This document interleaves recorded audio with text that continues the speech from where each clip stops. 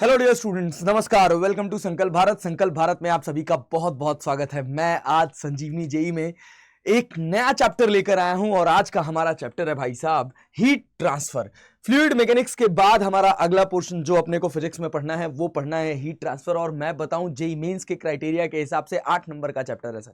Generally हर set में इसके 2 question देखने को मिलते हैं। एक क्वेश्चन आपका एक पार्ट से होगा, दैट पार्ट इज, उस पार्ट का क्या नाम है बच्चा? जो पहला पार्ट होगा वो पार्ट होगा आपका temperature, thermal expansion and calorimetry. और जो दूसरा पार्ट होता है इसी का वो होता है heat transfer, that is conduction, convection and radiation.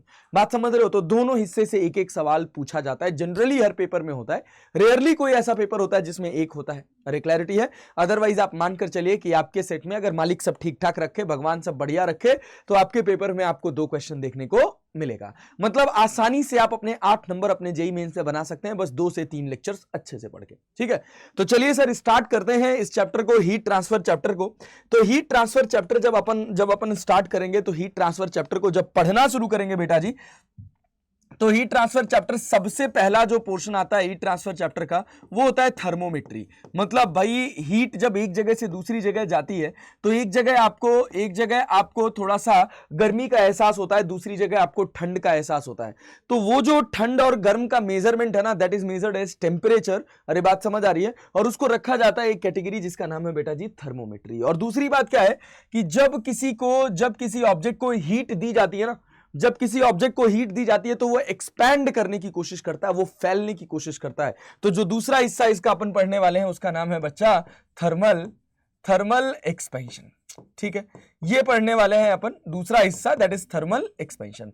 अच्छा गुरुदेव, तीसरा हिस्सा क्या है? थर्मोमेट्री हो गया, थर्मल एक्सपेंशन हो गया। अब जब तीसरे हिस्से की बात करेंगे तो सर तीसरा हिस्सा क्या होगा? एक पानी गर्म है, एक पानी ठंडा है, मिला दीजिए तो ठंडे पानी का टेम्परेचर बढ़ जाता है, गर्म पानी का टेम्परेचर कम हो जाता है और इक्विलिब्रियम अटेन हो जाता है। इस तरह के फिनोमेना को, भाई पानी है, ठंडा पानी है, उसके अंदर एक गर्म आयरन बॉल डाल दी तो पानी का टेम्परेचर बढ़ गया। इस तरह के फिनोमेना को एनालाइज करने के लिए एक नया कॉन्सेप्ट होता है जिसको कहा जाता है बेटा जी कैलोरीमेट्री। ठीक है, अच्छा बहुत बढ़िया। उसके बाद अपन बात करेंगे हीट ट्रांसफर का। इसके बाद इतना कैलोरीमेट्री पढ़ने के बाद हम बात करेंगे हीट ट्रांसफर का। और जब हम बात करेंगे हीट ट्रांसफर का तो हीट ट्रांसफर की स्टोरी क्या होगी सर? हीट ट्रांसफर की स्टोरी क्या होगी कि मोड्स ऑफ हीट ट्रांसफर। जब हम हीट ट्रांसफर की बात करते हैं तो भैया हवा में हीट ट्रांसफर अलग होगा, पानी में हीट ट्रांसफर अलग होगा और किसी सॉलिड ऑब्जेक्ट में, किसी आयरन रॉड में हीट ट्रांसफर अलग होगा। तो इस हीट ट्रांसफर को जब अपन पढ़ेंगे तो हीट ट्रांसफर में बेसिकली 3 कैटेगरीज होंगी। एक होगा आपके पास कंडक्शन, एक होगा बेटा जी आपके पास कन्वेक्शन और एक होगा बेटा जी आपके पास रेडिएशन। क्लैरिटी है? इन सारी बातों की बहुत डिटेल में, बहुत क्लैरिटी के साथ चर्चा करेंगे। तो इस लेक्चर को बेसिकली हम लोग कोशिश करेंगे कि 2 से 3 पार्ट में डिवाइड करें। ठीक है, एक पार्ट होगा आपका पूरा थर्मोमेट्री, थर्मल एक्सपेंशन, एक पार्ट होगा आपका कैलोरीमेट्री एंड कंडक्शन और एक पार्ट होगा आपका कन्वेक्शन एंड रेडिएशन। कन्वेक्शन तो वैसे हमारे सिलेबस में नहीं है, जो है वो रेडिएशन है। ठीक है, ऐसे ही 3 पार्ट में इस पूरे चैप्टर को डिवाइड करेंगे। लगभग 2-2 घंटे के आपके लेक्चर्स होंगे और 2-2 घंटे में हम आपका 3 पार्ट में ये पूरा का पूरा चैप्टर कवर करा देंगे। ठीक है, तो चलिए सर आगे बढ़ते हैं, स्टार्ट करते हैं ये पूरा chapter with a very basic concept जिसका नाम है भैया थर्मोमेट्री।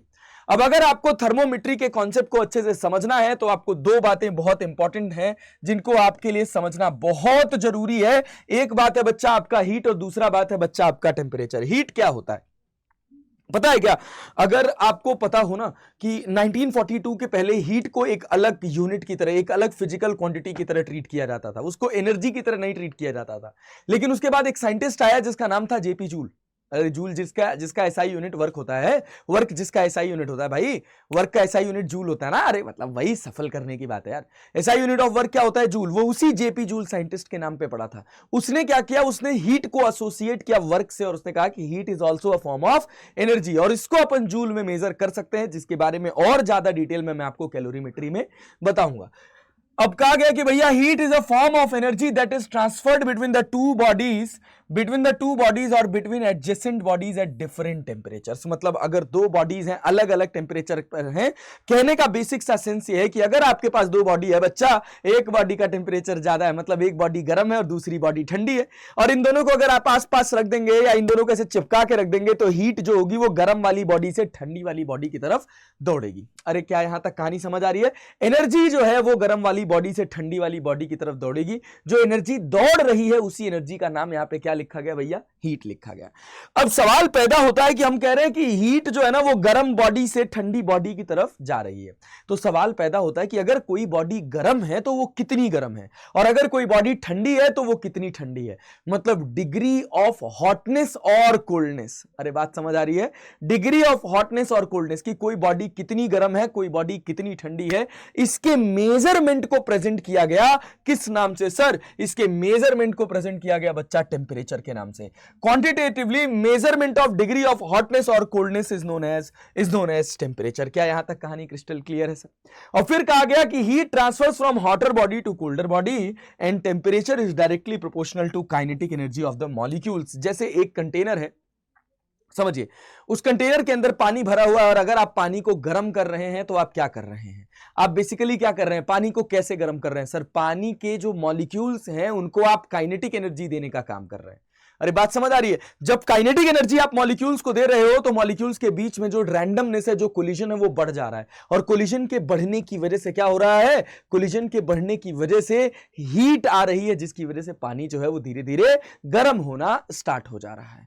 तो बेसिकली पानी गर्म कैसे हो रहा है? सर वो कोलिजन की वजह से गर्म हो रहा है। और कोलिजन भाई, कोलिजन कैसे आ रहा है? क्योंकि हम अंदर से टेम्परेचर बढ़ा रहे हैं। मतलब हम क्या कर रहे हैं? हम डिग्री ऑफ रैंडमनेस बढ़ा रहे हैं भैया। और अगर आप जो कोलिजन हो रहा है उसको बढ़ा देंगे तो ऑब्वियस सी बात है भैया कि हीट आपकी ज्यादा प्रोड्यूस होगी, मतलब बॉडी का टेम्परेचर बढ़ने लग जाएगा। इसी वजह से इसको एसोसिएट किया जाता है, temperature is directly proportional to kinetic energy. और जब आप गैसेस की बात करेंगे, जब आप काइनेटिक थ्योरी ऑफ गैसेस की बात करेंगे, जब आप थर्मोडायनामिक्स की बात करेंगे, गैस मॉलिक्यूल्स में आपको यह डायरेक्टली रिलेट होता हुआ नजर आएगा। ठीक है, चलिए धीरे धीरे अपन लेक्चर को आगे बढ़ाते हैं, बढ़िया से समझते हैं, फिजिक्स को दिमाग में सेट करते हैं, एक एक कॉन्सेप्ट को नीट एंड क्लीन फैशन में पढ़ते हैं। ठीक है, तो चलिए भाई, अब सवाल पैदा होता है कि भैया अगर हमको टेम्परेचर मेजर करना होगा तो हम कैसे मेजर करेंगे?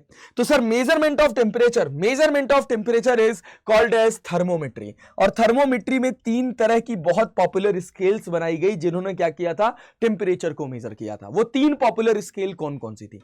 तो सर वो 3 पॉपुलर स्केल थी डिग्री सेल्सियस स्केल, एक स्केल थी आपके पास डिग्री फ़ारेनहाइट स्केल, और एक स्केल थी आपके पास केल्विन स्केल। अभी ये 3 स्केल थी। ठीक है, अभी एक चौथी स्केल भी अपनी मर्जी से ले आएंगे अपन। तो जब ये स्केल्स बनाई जा रही थी, जब स्केल ऑफ टेम्परेचर बनाया जा रहा था, तो इसमें 2 बातों का ध्यान रखा गया। एक बात का कि स्केल का लोअर पॉइंट क्या होगा, एक दूसरी बात की स्केल का अपर पॉइंट क्या होगा। तो जब स्केल के लोअर पॉइंट और अपर पॉइंट की बात करी गई तो भाई लोअर पॉइंट जिसको बोलते हैं LFP, इसका क्या मतलब है बच्चा? इसका मतलब है lower fixed point. Lower fixed point, कोई भी मेजरमेंट हमेशा 2 फिक्स्ड पॉइंट के बीच में होता है, लोअर फिक्स्ड पॉइंट। और एक पॉइंट को कहा गया UFP, that is upper fixed point, that is upper fixed point. ठीक है, अच्छा, लोअर फिक्स्ड पॉइंट, अपर फिक्स्ड पॉइंट, ये जो दोनों फिक्स्ड पॉइंट्स थे, इन दोनों फिक्स्ड पॉइंट को मेजरमेंट के लिए जो फ्रेम रखा गया बच्चा, उस फ्रेम का नाम रखा गया, उस फ्रेम सब्सटेंस का नाम रखा गया वाटर। अरे क्लियर है? तो जब लोअर फिक्स्ड पॉइंट की बात करें तो हमने लोअर फिक्स्ड पॉइंट को कहा कि भैया ये होगा अपने पास क्या? ये होगा हमारा फ्रीजिंग पॉइंट ऑफ वाटर। ये क्या होगा भैया? ये होगा अपना फ्रीजिंग पॉइंट ऑफ वाटर। बहुत ध्यान से सुनिएगा, सब कुछ एकदम क्रिस्टल क्लियर हो जाएगा। और अपर फिक्स्ड पॉइंट को कहा गया बच्चा, बॉइलिंग पॉइंट ऑफ वाटर। मतलब जो भी मेजरमेंट डिसाइड होगा वो इन्हीं दोनों पॉइंट्स के बीच में होगा। फ्रीजिंग पॉइंट एक रेफरेंस होगा और दूसरा रेफरेंस आपके पास बॉइलिंग पॉइंट ऑफ वाटर होगा। मतलब हमने क्या किया सर? हमने एक कंटेनर लिया, ऐसे बड़ा सा एक कंटेनर लिया, ऐसे खूब बड़ा सा कंटेनर लिया सर। इस कंटेनर के अंदर हमने पानी भर दिया। इस कंटेनर के अंदर हमने क्या भर दिया सर? इस कंटेनर के अंदर हमने पानी भर दिया। और इस पानी के अंदर, बहुत ध्यान से सुनिएगा, इस पानी के अंदर हमने सबके जो थर्मोमीटर स्केल्स थे वो लगा दिए। ये अपना डिग्री सेल्सियस भाई साहब का हो गया, ये अपना डिग्री फ़ारेनहाइट भाई साहब का हो गया, और ये अपना केल्विन भाई साहब का हो गया। ठीक है, चलो भाई, जब पानी फ्रीज कर रहा था, जस्ट अपने फ्रीजिंग पॉइंट पर था, जब पानी अपने फ्रीजिंग पॉइंट पर था तो इन्होंने अपने स्केल को मार्क किया, कहा 0 डिग्री सेल्सियस। डिग्री फ़ारेनहाइट भाई साहब थे, इन्होंने मार्क किया 32 डिग्री फ़ारेनहाइट। और ये जो अपने पास केल्विन भाई साहब थे, इन्होंने मार्क किया 273.15 केल्विन। ठीक है, अरे क्लैरिटी है, बात समझ आई। ये सबके क्या थे सर? ये सबके LFP थे, लोअर फिक्स्ड पॉइंट, जब पानी फ्रीज कर रहा था। फिर उसके बाद हमने पानी को गर्म करना स्टार्ट किया, गर्म करना स्टार्ट किया। जब पानी बॉईल होने लगा तो इसके अंदर मरकरी भरी थी। मरकरी क्यों भरी थी सर? मरकरी एक ऐसा मेटल होता है जिसको थोड़ी सी भी हीट मिलती है तो वो एक्सपैंड करना स्टार्ट कर देता है। अरे क्लैरिटी है, अगर थोड़ी सी भी हीट मिलती है तो ये एक्सपैंड करना स्टार्ट कर देता है। तो हुआ क्या कि जब हम धीरे धीरे इसका टेम्परेचर बढ़ाने लगे तो मरकरी एक्सपैंड करने लगी। हमने देखा कि जब हमारा पानी उबलने लगा, जब हमारा पानी बॉइलिंग पॉइंट पर पहुंचा तो उस समय सब में मरकरी कुछ h हाइट चढ़ गई। सब में मरकरी कितना चढ़ गई भाई? h height. अरे भाई मरकरी को इसके ऊपर हम क्या लाइन खींच रहे हैं उससे क्या लेना देना है? उसको तो बेसिक मतलब है ना कि यहां जो पानी है, इस पानी से उस मरकरी को क्या काइनेटिक एनर्जी मिल रही है, उस मरकरी के मॉलिक्यूल्स को क्या काइनेटिक एनर्जी मिल रही है। तो अगर तीनों स्केल की बात करें तो सब के सब स्केल इनिशियली जब पानी फ्रीज हो रहा था तो उस सिचुएशन में थे। अरे बात समझ आ रही है? मतलब सबकी मरकरी एक पॉइंट पर होगी, और जब ये पानी बॉईल करने लगा तो सब में मरकरी जो है वो बराबर हाइट चलेगी। ये अपनी को क्लियर है।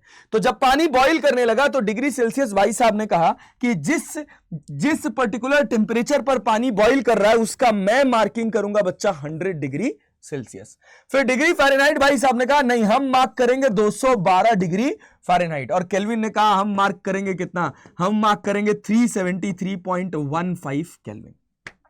अरे क्लैरिटी है, अरे क्लैरिटी है। ये तीन तरह की मार्किंग बनी, इसी का सारा गेम समझ रहा है। अब हम कह रहे हैं कि मान लो इस एक स्पेसिफिक सिचुएशन है, ये कुछ भी हो सकता है। मान लो हम कह रहे हैं कि हमारा पानी जो है वो कहीं 0 से लेकर कहीं 0 डिग्री सेल्सियस मतलब फ्रीजिंग पॉइंट और बॉइलिंग पॉइंट के बीच में है। अगर हमारा पानी का टेम्परेचर मान लो कुछ भी है, ऐसा है कि वो ना तो पानी फ्रीज कर रहा है ना तो पानी बॉईल कर रहा है, मतलब फ्रीजिंग और बॉइलिंग के बीच में है। तो जब फ्रीजिंग एंड बॉइलिंग के बीच में होगा तो सारे स्केल्स के लिए फ्रीजिंग एंड बॉइलिंग के बीच में होगा, तो सारे स्केल्स में मान लो कि मरकरी सब में कितना चढ़ेगा? हमने कहा कि मरकरी सब में x ही चढ़ेगा, इसमें भी x चढ़ेगा, इसमें भी x चढ़ेगा और इसमें भी x चढ़ेगा। क्या यहां तक क्लैरिटी है बेटा जी? क्या यहां तक एकदम सब कुछ स्पेसिफिक लेवल पर आपके दिमाग में समझ आ रहा है? अरे सारी मरकरी को, सारी आइडेंटिकल मरकरीज हैं, सारे को यही पानी से तो काइनेटिक एनर्जी मिल रही है। और अगर पानी बॉइलिंग और फ्रीजिंग के बीच में है कहीं तो सारे मरकरी के मॉलिक्यूल्स को सेम एनर्जी मिलेगी, तो सब में जो एक्सपेंशन होगा वो सेम हाइट तक होगा। अच्छा, कितना एक्सपेंशन होगा ये अपन समझते हैं कि भाई जितना ज्यादा टेम्परेचर डिफरेंस होगा एक्सपेंशन उतना ज्यादा होगा। इतनी बात हमको समझ आती है, ये बहुत सिंपल सा फंडा है। तो अपने से कहा गया कि भैया इनिशियली जो मरकरी चढ़ी वो कितना चढ़ी सर? L लेंथ चढ़ी। अरे ठीक है, कहां से कहां तक? जब अपन बात कर रहे हैं फ्रीजिंग पॉइंट से लेकर बॉइलिंग पॉइंट तक, सबका समझिएगा। फ्रीजिंग पॉइंट से बॉइलिंग पॉइंट तक चढ़ा तो जो आपका L है वो क्या है भैया? जो आपका L है वो क्या है? चलिए इसका बैकग्राउंड थोड़ा ठीक कर देते हैं, कस्टमाइज कर देते हैं। यस सर, बैकग्राउंड ये लगा दिया। आइए देखें, तो देखिए भैया हुआ क्या कि जब ये फ्रीजिंग से बॉइलिंग की बात कर रहे हैं तो हम कह रहे हैं कि L जो है ना वो directly proportional to temperature difference के है, तो ये बराबर होगा 100 माइनस 0। किसके लिए सर? किसके लिए सर? चलिए देखिए, समझिए, सबका मार्किंग कर देते हैं कि इधर अपने पास कौन सा स्केल था सर? Degree Celsius. इधर कौन सा? Degree Fahrenheit. सर इधर कौन सा? केल्विन। ठीक है, तो देखो हुआ क्या कि कहा गया कि जो मरकरी में एक्सपेंशन हुआ फ्रीजिंग से लेकर बॉइलिंग के बीच में वो कितना था? L, और वो डायरेक्टली प्रोपोर्शनल था किसके? 100 माइनस 0 के। और यहां वो L जो था वो डायरेक्टली प्रोपोर्शनल था किसके? 212 माइनस 32 के। और यहां जो वो L था वो डायरेक्टली प्रोपोर्शनल था किसके? सर ये था 373.15 माइनस 273.15 के। अरे क्लैरिटी है, अरे क्लैरिटी है। अच्छा, जब ये x चढ़ा, जब इसमें क्या हुआ कि जब मेरा पानी फ्रीजिंग और बॉइलिंग के बीच में था तो भैया मरकरी कुछ x चढ़ा, तो ये जो x होगा ये डिग्री सेल्सियस माइनस 0 के डायरेक्टली प्रोपोर्शनल होगा। ये जो x होगा वो डिग्री फ़ारेनहाइट माइनस 32 के डायरेक्टली प्रोपोर्शनल होगा, और ये जो x होगा वो K माइनस 273 के डायरेक्टली प्रोपोर्शनल होगा। तो देखो यहां जो x होगा ये डायरेक्टली प्रोपोर्शनल होगा किसके? सर ये डायरेक्टली प्रोपोर्शनल होगा डिग्री सेल्सियस माइनस 0 की। और ये जो डिग्री फ़ारेनहाइट होगा यहां पर जो x होगा ये डायरेक्टली प्रोपोर्शनल होगा बेटा किसके? सर ये डायरेक्टली प्रोपोर्शनल होगा अपने पास डिग्री फ़ारेनहाइट माइनस 32 के। और ये जो अपने पास केल्विन वाला है, इसमें जो x होगा इसमें जो x होगा ये डायरेक्टली प्रोपोर्शनल होगा किसके सर, ये डायरेक्टली प्रोपोर्शनल होगा अपने पास k माइनस 273.15 के। क्या क्लैरिटी है? अच्छा, अगर मैं सब में x बाई एल का रेशियो देखूं नाउ, अगर मैं सब में x बाई एल का रेशियो देखूं तो यहां पे x बाई एल का रेशियो आएगा डिग्री सेल्सियस डिवाइडेड बाई 100। यहां पर x बाई एल का रेशियो डिग्री फ़ारेनहाइट में कितना आएगा सर, ये degree Fahrenheit -32 divided by 212 -32 sir 180 हो जाएगा। और अगर अपन यहां पर देखेंगे तो यहां पर x बाई एल अपने पास कितना हो जाएगा बच्चा, तो ये हो जाएगा k माइनस 273.15 डिवाइडेड बाई 100 हो जाएगा। चलो भाई सब, ये अपने पास कहानी हो गई। सब x by L x by L x by L बना रहे हैं। अगर सब x by L x by L बना रहे हैं तो हम कह रहे हैं कि सबको कंपेयर कर दो। तो अगर आप कंपेयर करोगे तो क्या मिलेगा सर, डिग्री सेल्सियस अपॉन 100। ये किसके बराबर होगा सर, ये बराबर होगा degree Fahrenheit upon 180, degree Fahrenheit -32 upon 180 के। और फिर सर ये किसके बराबर होगा सर, ये बराबर होगा अपने पास, ये बराबर होगा अपने पास सर k माइनस 273.15, जिसको जनरली 273 लिख दिया जाता है डिवाइडेड बाई 100।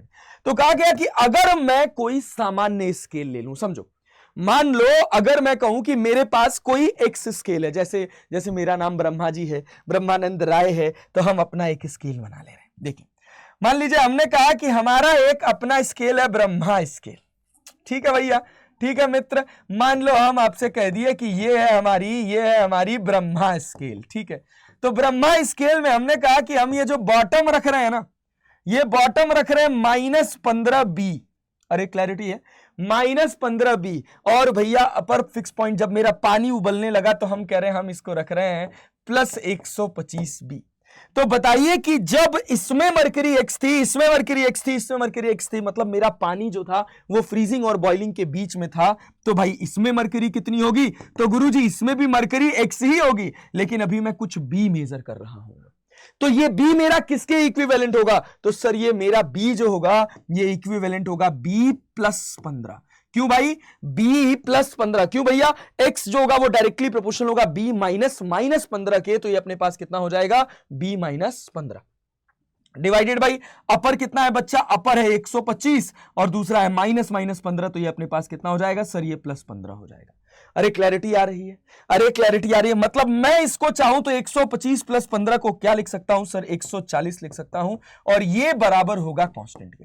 सारे के सारे को एक साथ कंपेयर कर दिया, और जब कंपेयर किया तो हमने कहा कि अगर अपने पास कोई भी जनरल स्केल है तो उसमें क्या होगा, मेजर्ड वैल्यू, ध्यान से देखना, मेजर्ड वैल्यू, जो भी वैल्यू मेजर हो रही है, minus lower fix point divided by upper fixed point, upper fixed point minus lower fixed point, ये किसके बराबर होगा मालिक, तो ये मालिक होगा कांस्टेंट के बराबर। लो भैया, अब अपन किसी भी स्केल को कंपेयर कर सकते हैं और किसी भी स्केल को एक फॉर्म से दूसरे फॉर्म में कन्वर्ट भी कर सकते हैं, हमको किसी तरह का कोई कष्ट नहीं होगा। क्या यहां तक बात समझ आ रही, क्या यहां तक बात एकदम क्रिस्टल क्लियर तरीके से आपके दिमाग में सेट हो रही है? अगर सेट हो रही है तो बच्चा अपन लेक्चर को थोड़ा आगे बढ़ाते हैं। देखो ये अपने पास सिचुएशन था किसका, ये अपने पास था डिग्री फ़ारेनहाइट स्केल, ये था अपने पास केल्विन स्केल, और यहां पर हमने एक ब्रह्मा स्केल बनाई थी जिसका सिचुएशन ये रहा।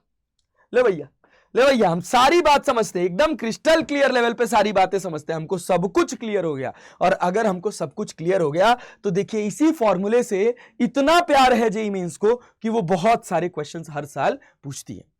चलो अभी पहले अपन क्या करते हैं, अभी पहले अपन कुछ क्वेश्चंस प्रैक्टिस करते हैं, फिर उसके बाद पीवाईक्यूज आप खुद ट्राई करोगे, खुद लगाओगे, सारे के सारे क्वेश्चंस लग जाएंगे। देखो जैसे कहा जा रहा है कि the fundamental interval, paper pen start कर लो, उठा लो, the fundamental interval that is the number of division between LFP lower fixed point and, देखो बेटा, lower fixed point and upper fixed point, ध्यान से देखना, lower fixed point and upper fixed point of two scales x and y, of two scales x and y are 50 and 150।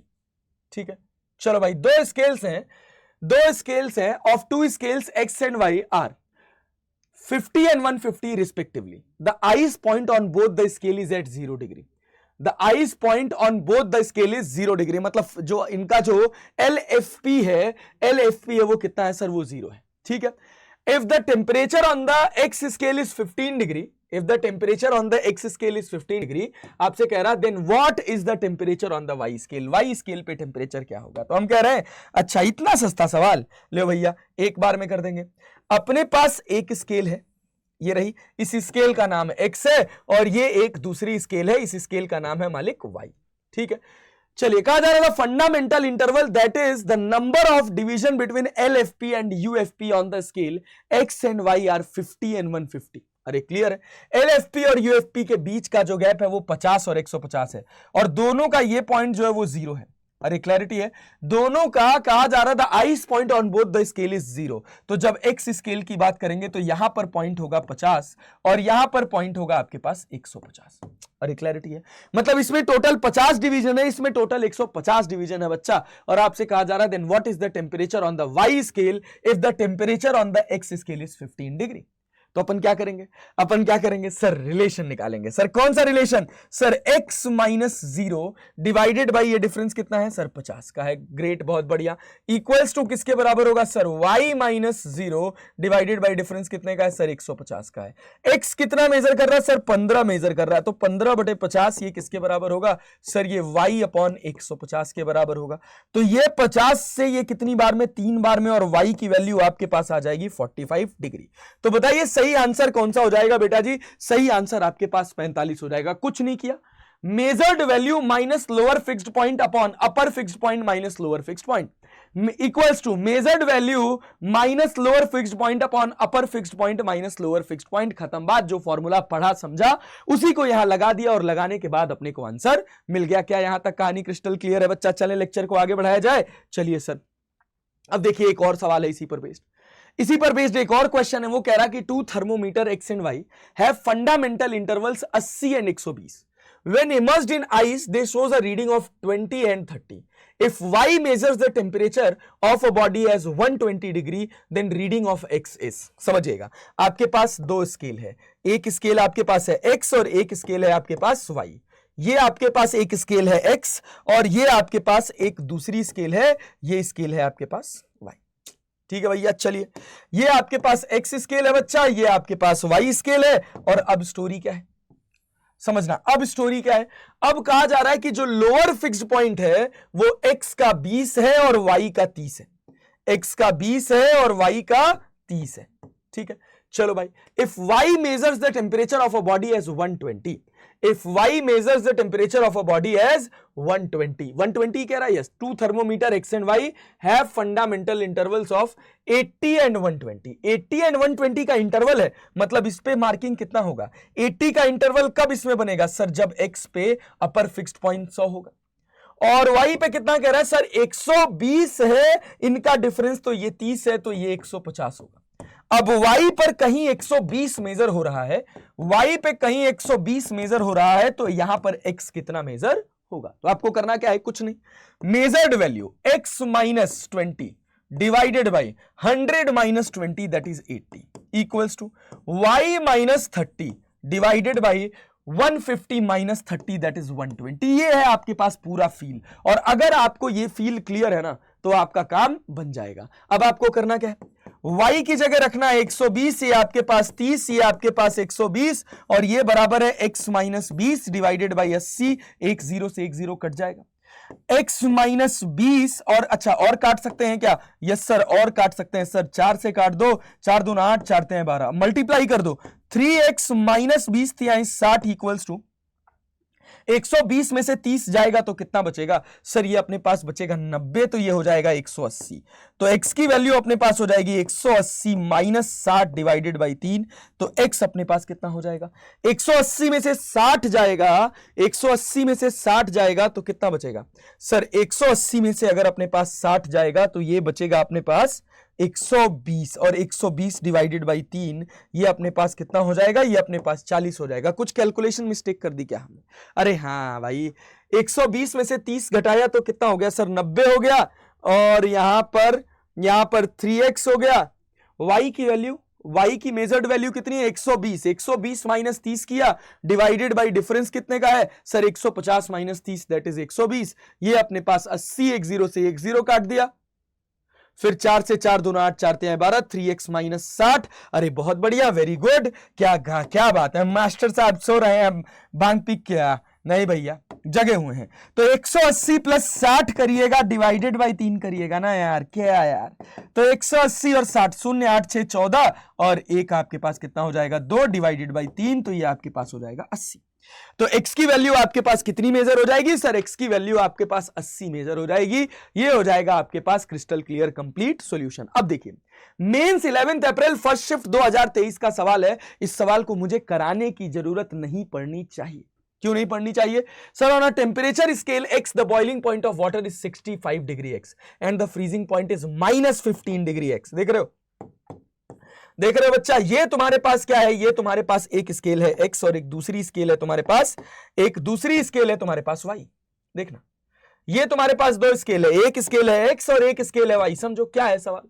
कह रहा हूं temperature scale x the boiling point of water is 65 degree, मतलब upper fix point आपके पास हो गया 65 degree x and freezing point is -15, मतलब इसका lower fixed point हो गया -15 डिग्री x।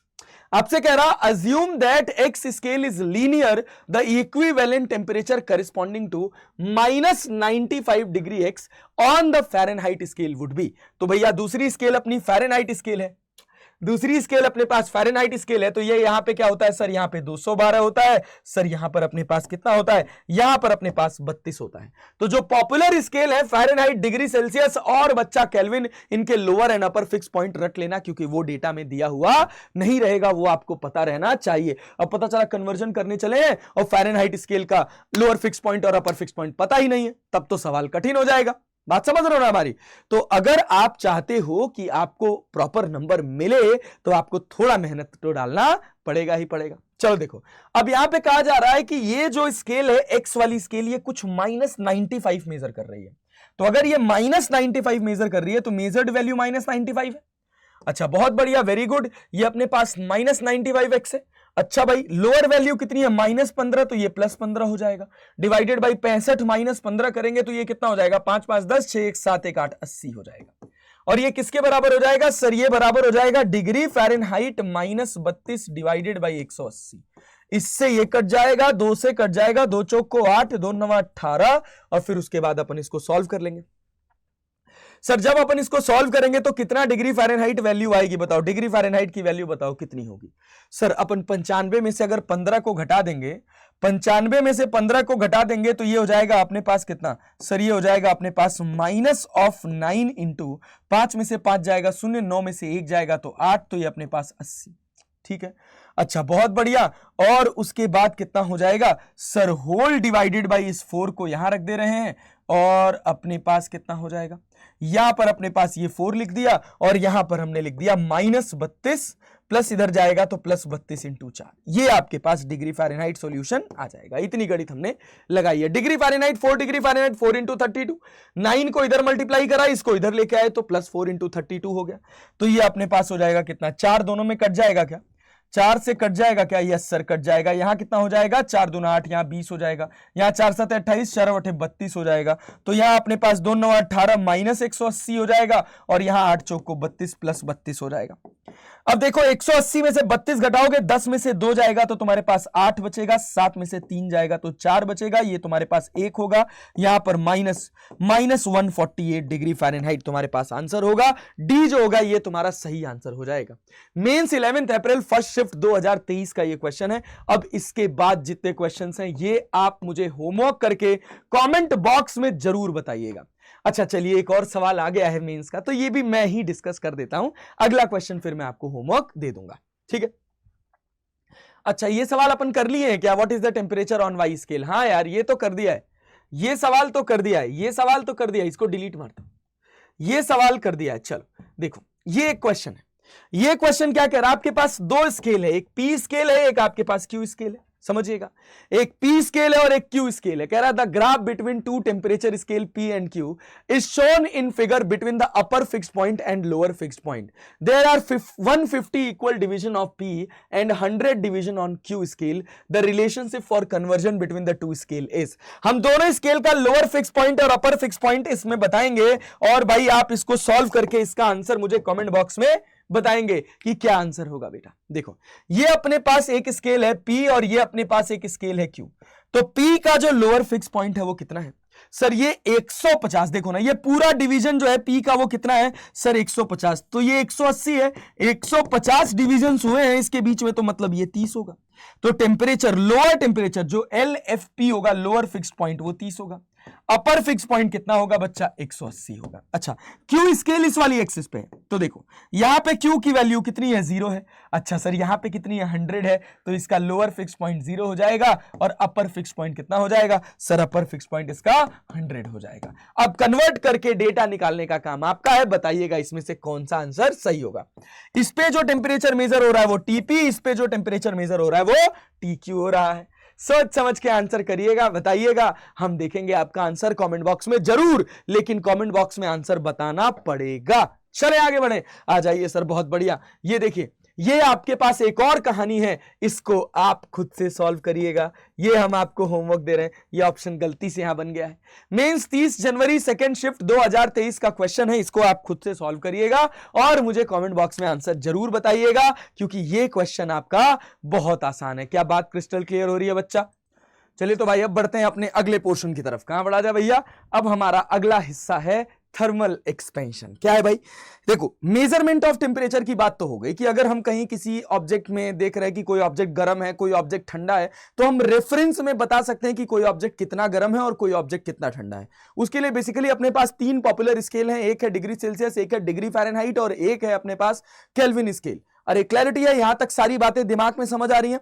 चलो भाई, सबसे ज्यादा आइडियल स्केल जो कही जाती है वो बेसिकली केल्विन स्केल को रेट किया जाता है, क्योंकि केल्विन ने एब्सोल्यूट जीरो डिफाइन किया था कि इससे कम कोई टेम्परेचर पॉसिबल ही नहीं है। इसी वजह से केल्विन स्केल को ज्यादा प्रेफर किया जाता है। ठीक है, चलिए, अदरवाइज सबका अपना अपना एक रेफरेंस है, अपना अपना एक कंपैरिजन है। सब लोग बता देते हैं कि कोई ऑब्जेक्ट जो है वो कितना गर्म है और दूसरा ऑब्जेक्ट कितना ठंडा है। ठीक है, हॉटनेस और कोल्डनेस के मेजरमेंट की बात हो गई, तो अब कहानी को और आगे बढ़ाया जाए कि अगर हम किसी सिस्टम को हीट देते हैं बच्चा, तो उस सिस्टम के साथ क्या होता है सर? तो वो सिस्टम फैलने लग जाता है, उसमें एक्सपेंशन होता है। अरे बात समझ आ रही है? तो वो एक्सपेंशन कैसे होता है उसको मैंने एक बेसिक प्रोसेस से आपको यहां पर प्रेजेंट कर रखा है। इसको जरा ध्यान से देखिएगा कि अगर आप किसी बॉडी का टेम्परेचर बढ़ा रहे हैं तो आप क्या कर रहे हैं? उसके मॉलिक्यूल्स को एनर्जी दे रहे हैं। किस तरह की एनर्जी दे रहे हैं सर? काइनेटिक एनर्जी दे रहे हैं। और जब उन मॉलिक्यूल्स को काइनेटिक एनर्जी मिल रही है तो वो आपस में टकरा रहे हैं, मतलब rate of collision between neighbouring molecule increases. और अगर इंक्रीज हो रहा है भैया, टकरा रहे हैं, पहले ऐसे ऐसे ऐसे ऐसे टकरा रहे थे, ऐसे ऐसे टकरा रहे थे, अब इनके टकराने की रफ्तार बढ़ गई। अगर टकराने की रफ्तार बढ़ गई तो देखो अब ये स्पेस ज्यादा ऑक्यूपाई कर रहे हैं, और अगर ये ज्यादा स्पेस ऑक्यूपाई कर रहे हैं तो मतलब अब इन मॉलिक्यूल्स का एक्सपेंशन हो रहा है, और भाई इंटर एटॉमिक सेपरेशन बढ़ रहा है और thermal expansion takes place. Inter atomic separation बढ़ेगा, इंटर एटॉमिक सेपरेशन बढ़ेगा तो भाई एक्सपेंशन होगा। अब जब हम इस थर्मल एक्सपेंशन की बात करते हैं बच्चा, जब अपन इस थर्मल एक्सपेंशन की बात करते हैं तो ये सॉलिड्स में सबसे कम होता है और गैसेस में सबसे ज्यादा होता है। सॉलिड्स कैन एक्सपेंड, सॉलिड्स को 3 तरह से एक्सपेंड किया जा सकता है, लेंथ के अलोंग, एरिया के अलोंग और वॉल्यूम के अलोंग।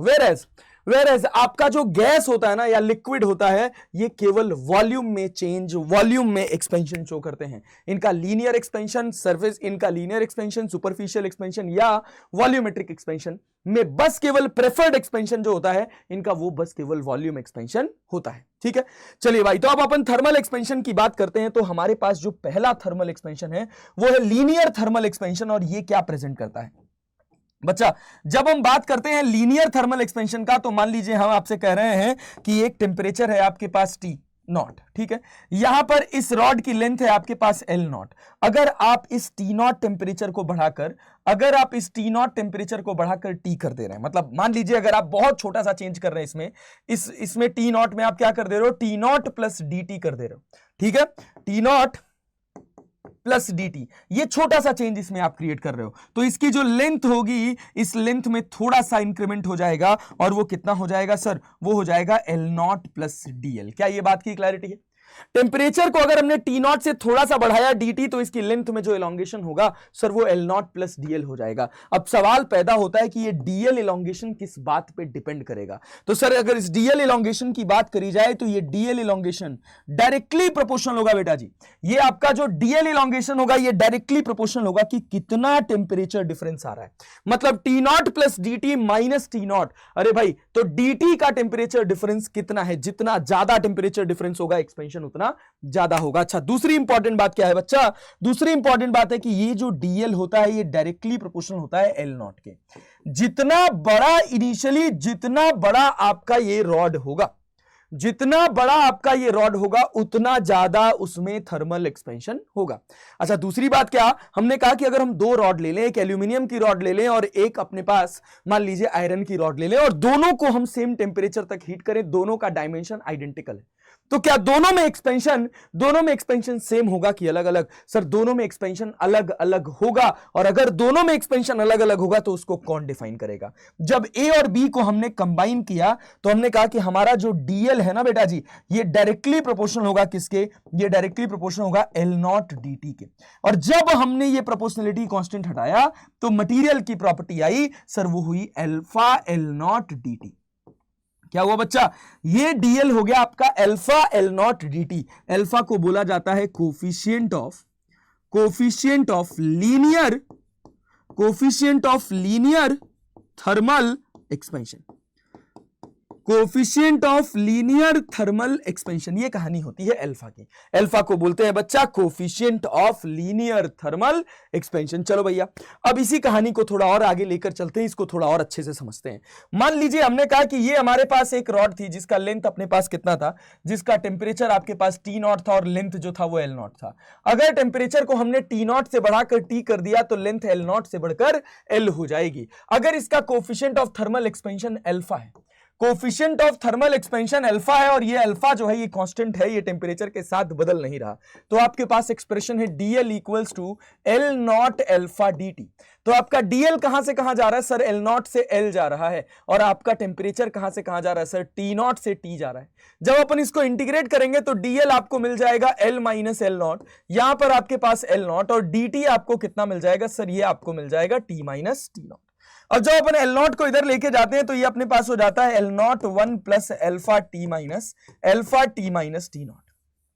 क्या इस बात की क्लैरिटी है भाई? अल्फा क्या है अपना? अल्फा है अपना coefficient of linear thermal expansion, coefficient of linear thermal expansion. अच्छा, अगर इसके एसआई यूनिट की बात करी जाए तो क्या होगा बच्चा? अगर इसकी एसआई यूनिट की बात करी जाए तो इसकी एसआई यूनिट लिखी जाती है पर डिग्री सेल्सियस और पर केल्विन। पर डिग्री सेल्सियस और पर केल्विन। क्या यहां तक क्रिस्टल क्लियर है कंटेंट? क्या यहां तक बात समझ आ रही है सब कुछ? अरे चलें लेक्चर को आगे बढ़ाया जाए, कहानी को और आगे लेके चला जाए। अच्छा सर आपने कहा अल्फा कांस्टेंट, क्या जरूरी है कि अल्फा कांस्टेंट हो? क्या मेरा अल्फा वेरिएबल नहीं हो सकता क्या? तो डेफिनेटली अल्फा वेरिएबल हो सकता है। अगर मैं कहूं कि आपका अल्फा जो है ना, अल्फा जो है वो किसका फंक्शन है? अल्फा जो है वो टेम्परेचर का फंक्शन है, और अब आपका अल्फा है जानो बेटा जी, वो अल्फा आपका वेरिएबल है। यहां पर जो आपका अल्फा है, यहां जो आपका अल्फा है, ये अल्फा आपका वेरिएबल है। और अगर आपका अल्फा वेरिएबल है तो आप क्या करेंगे सर? तब आप यही एक्सप्रेशन रहने देंगे, dl equals to alpha l naught dt। अरे क्लैरिटी है? Dl equals to alpha l naught dt। अब अल्फा की वैल्यू रखेंगे as a function of temperature, और उसके बाद उसको इंटीग्रेट करेंगे, और फिर इंटीग्रेट करके आंसर कैलकुलेट करेंगे। जैसे मैं आपके सामने एक क्वेश्चन प्रेजेंट करता हूं, देखिए ये क्वेश्चन है आपके पास। इसमें कहा जा रहा है the metal rod of length 2 metre, the metal rod of length 2 meter and coefficient of thermal expansion alpha equals to, alpha की वैल्यू आपको गिवन है कितनी सर? ये गिवन है 4t plus 5 into 10 to the power minus 5 per Kelvin is heated from 400 Kelvin to 500 Kelvin. Find the change in length of the rod. rod की length में कितना change होगा? तो अपन जानते हैं, क्या जानते हैं सर? dl equals to होता है alpha l naught dt। dl equals to होता है अल्फा एल नॉट dt। तो dl को इंटीग्रेट करेंगे तो ये अपने पास डेल्टा एल हो जाएगा, और यहां पे कहां से कहां तक सर? 400 से लेकर 500 तक। चलिए बहुत बढ़िया, 400 से लेकर 500 तक इसको इंटीग्रेट करेंगे। एल नॉट को अपन बाहर कर लेंगे, एल नॉट अपने को गिवन है सर, एल नॉट अपने को गिवन है 2 मीटर। यहां पर हमने लिमिट लगा दी, देखना यहां पर हमने लिमिट लगा दी 400 और यहां पर लिमिट लगा दी 500, और अल्फा की वैल्यू हमने कितनी रख दी, देखो अल्फा की जगह हमने लिख दिया 4t + 5 × 10⁻⁻5 ऑफ dt।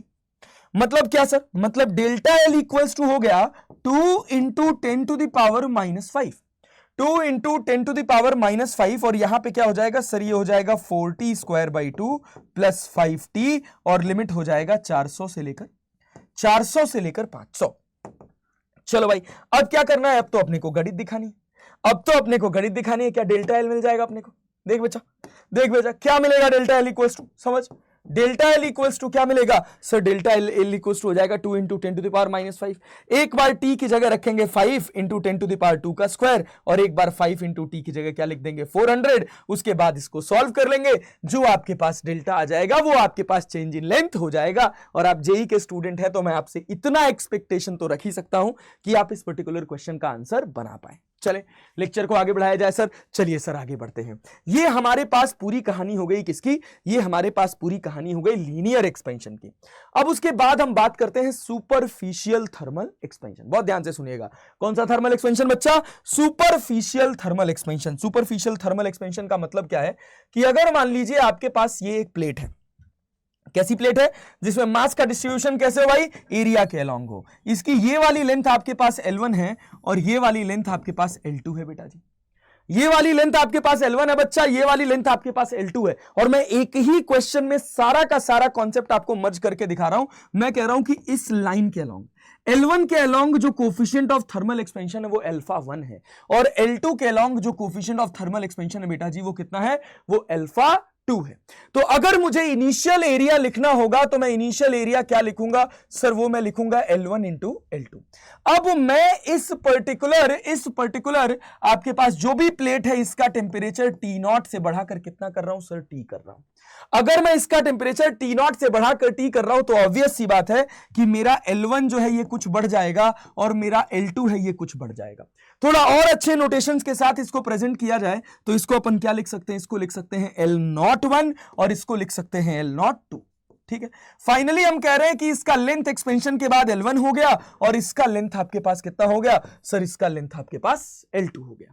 तो जब आप इनिशियल एरिया लिखेंगे A0 तो इसकी जगह क्या लिखेंगे बेटा, L01 और L02। और जब फाइनल एरिया लिखेंगे तो वो किसके बराबर हो जाएगा सर, वो बराबर हो जाएगा L1 × L2 के। अब ध्यान दो, L1 के अलोंग आपका जो लीनियर थर्मल एक्सपेंशन है वो α2 है, और L2 के अलोंग जो आपका लीनियर थर्मल एक्सपेंशन है वो कितना है, वो α2 है। मतलब L1 के अलोंग α1 है और L2 के अलोंग α2 है। अब अपन फॉर्मूला पढ़ के आए हैं, क्या फॉर्मूला पढ़ के आए हैं सर, L1 की जगह अपन लिख सकते हैं L01 1 + α∆T, temperature difference that is T - T0। ठीक है, मल्टीप्लाइड बाई अगर अपन दूसरा L2 का देखें तो लिख सकते हैं बच्चा L02 1 + ये α1 है, ये आपके पास हो जाएगा α2∆T। क्या यहां तक कहानी क्रिस्टल क्लियर। अब इसको जरा अपन मल्टीप्लाई करके देखें तो देखो फाइनल एरिया जो होगा ये L01 × L02, और देखो अब इसको मल्टीप्लाई करो जरा, तो ये आपके पास 1 हो जाएगा। फिर आपके पास अगर आप ध्यान से देखोगे तो α1 + α2∆T कॉमन आएगा। अरे क्लैरिटी है, देखना ये α1∆T और ये वाला α2∆T, और एक टर्म मिलेगा α1 α2∆T स्क्वायर। अरे क्लैरिटी है, देख रहे हो, बात समझ रहे हो। अब जो तुम्हारा अल्फा होता है ना, ये अल्फा जो होता है ना, ये generally in the range of 10⁻⁻5 to 10⁻⁻6 के होता है। और अगर आप उसको मल्टीप्लाई करके उसका स्क्वायर बना दोगे, समझना, मल्टीप्लाई करके उसका स्क्वायर बना दोगे तो ये वैल्यू इन दोनों वैल्यूज के कंपैरिजन में बहुत छोटी हो जाएगी, तो इसको अपन इग्नोर कर देंगे। तो जो फाइनल होगा, फाइनल एरिया वो बराबर होगा L01 × L02 और 1 + α1 + α2 1 + α1 + α2∆T। ये आपके पास कहानी हो गई। सर L01 L02 ये किसके बराबर है सर, A0 के बराबर है। तो फाइनल एरिया जो होगा ये किसके बराबर होगा सर, ये बराबर होगा A0 1 + α1 + α2∆T। अब मुद्दे वाली बात ये है कि अगर समझो कॉन्सेप्ट को फील करना बच्चा, अगर कॉन्सेप्ट को तुम फील करो तो 99% केसेस में तुम्हारा α1 और α2 दोनों बराबर होगा। और अगर अल्फा 1 अल्फा 2 बराबर होगा, मतलब जो एक्सपेंशन इसके अलोंग हो रहा है अगर वही एक्सपेंशन इसके अलोंग होगा, तो फाइनल एरिया तुम्हारे पास कितना हो जाएगा सर? ये हो जाएगा A0 1 plus 2 alpha delta T. अरे क्या क्लैरिटी है। और इसी 2 अल्फा को लिख दिया जाता है बेटा जी बीटा। 2 अल्फा को क्या लिख दिया जाता है बच्चा? 2 अल्फा को लिख दिया जाता है बीटा, और बीटा को बोलते हैं कोफिशिएंट ऑफ, बीटा को बोला जाता है अपना बेटा कोफिशिएंट ऑफ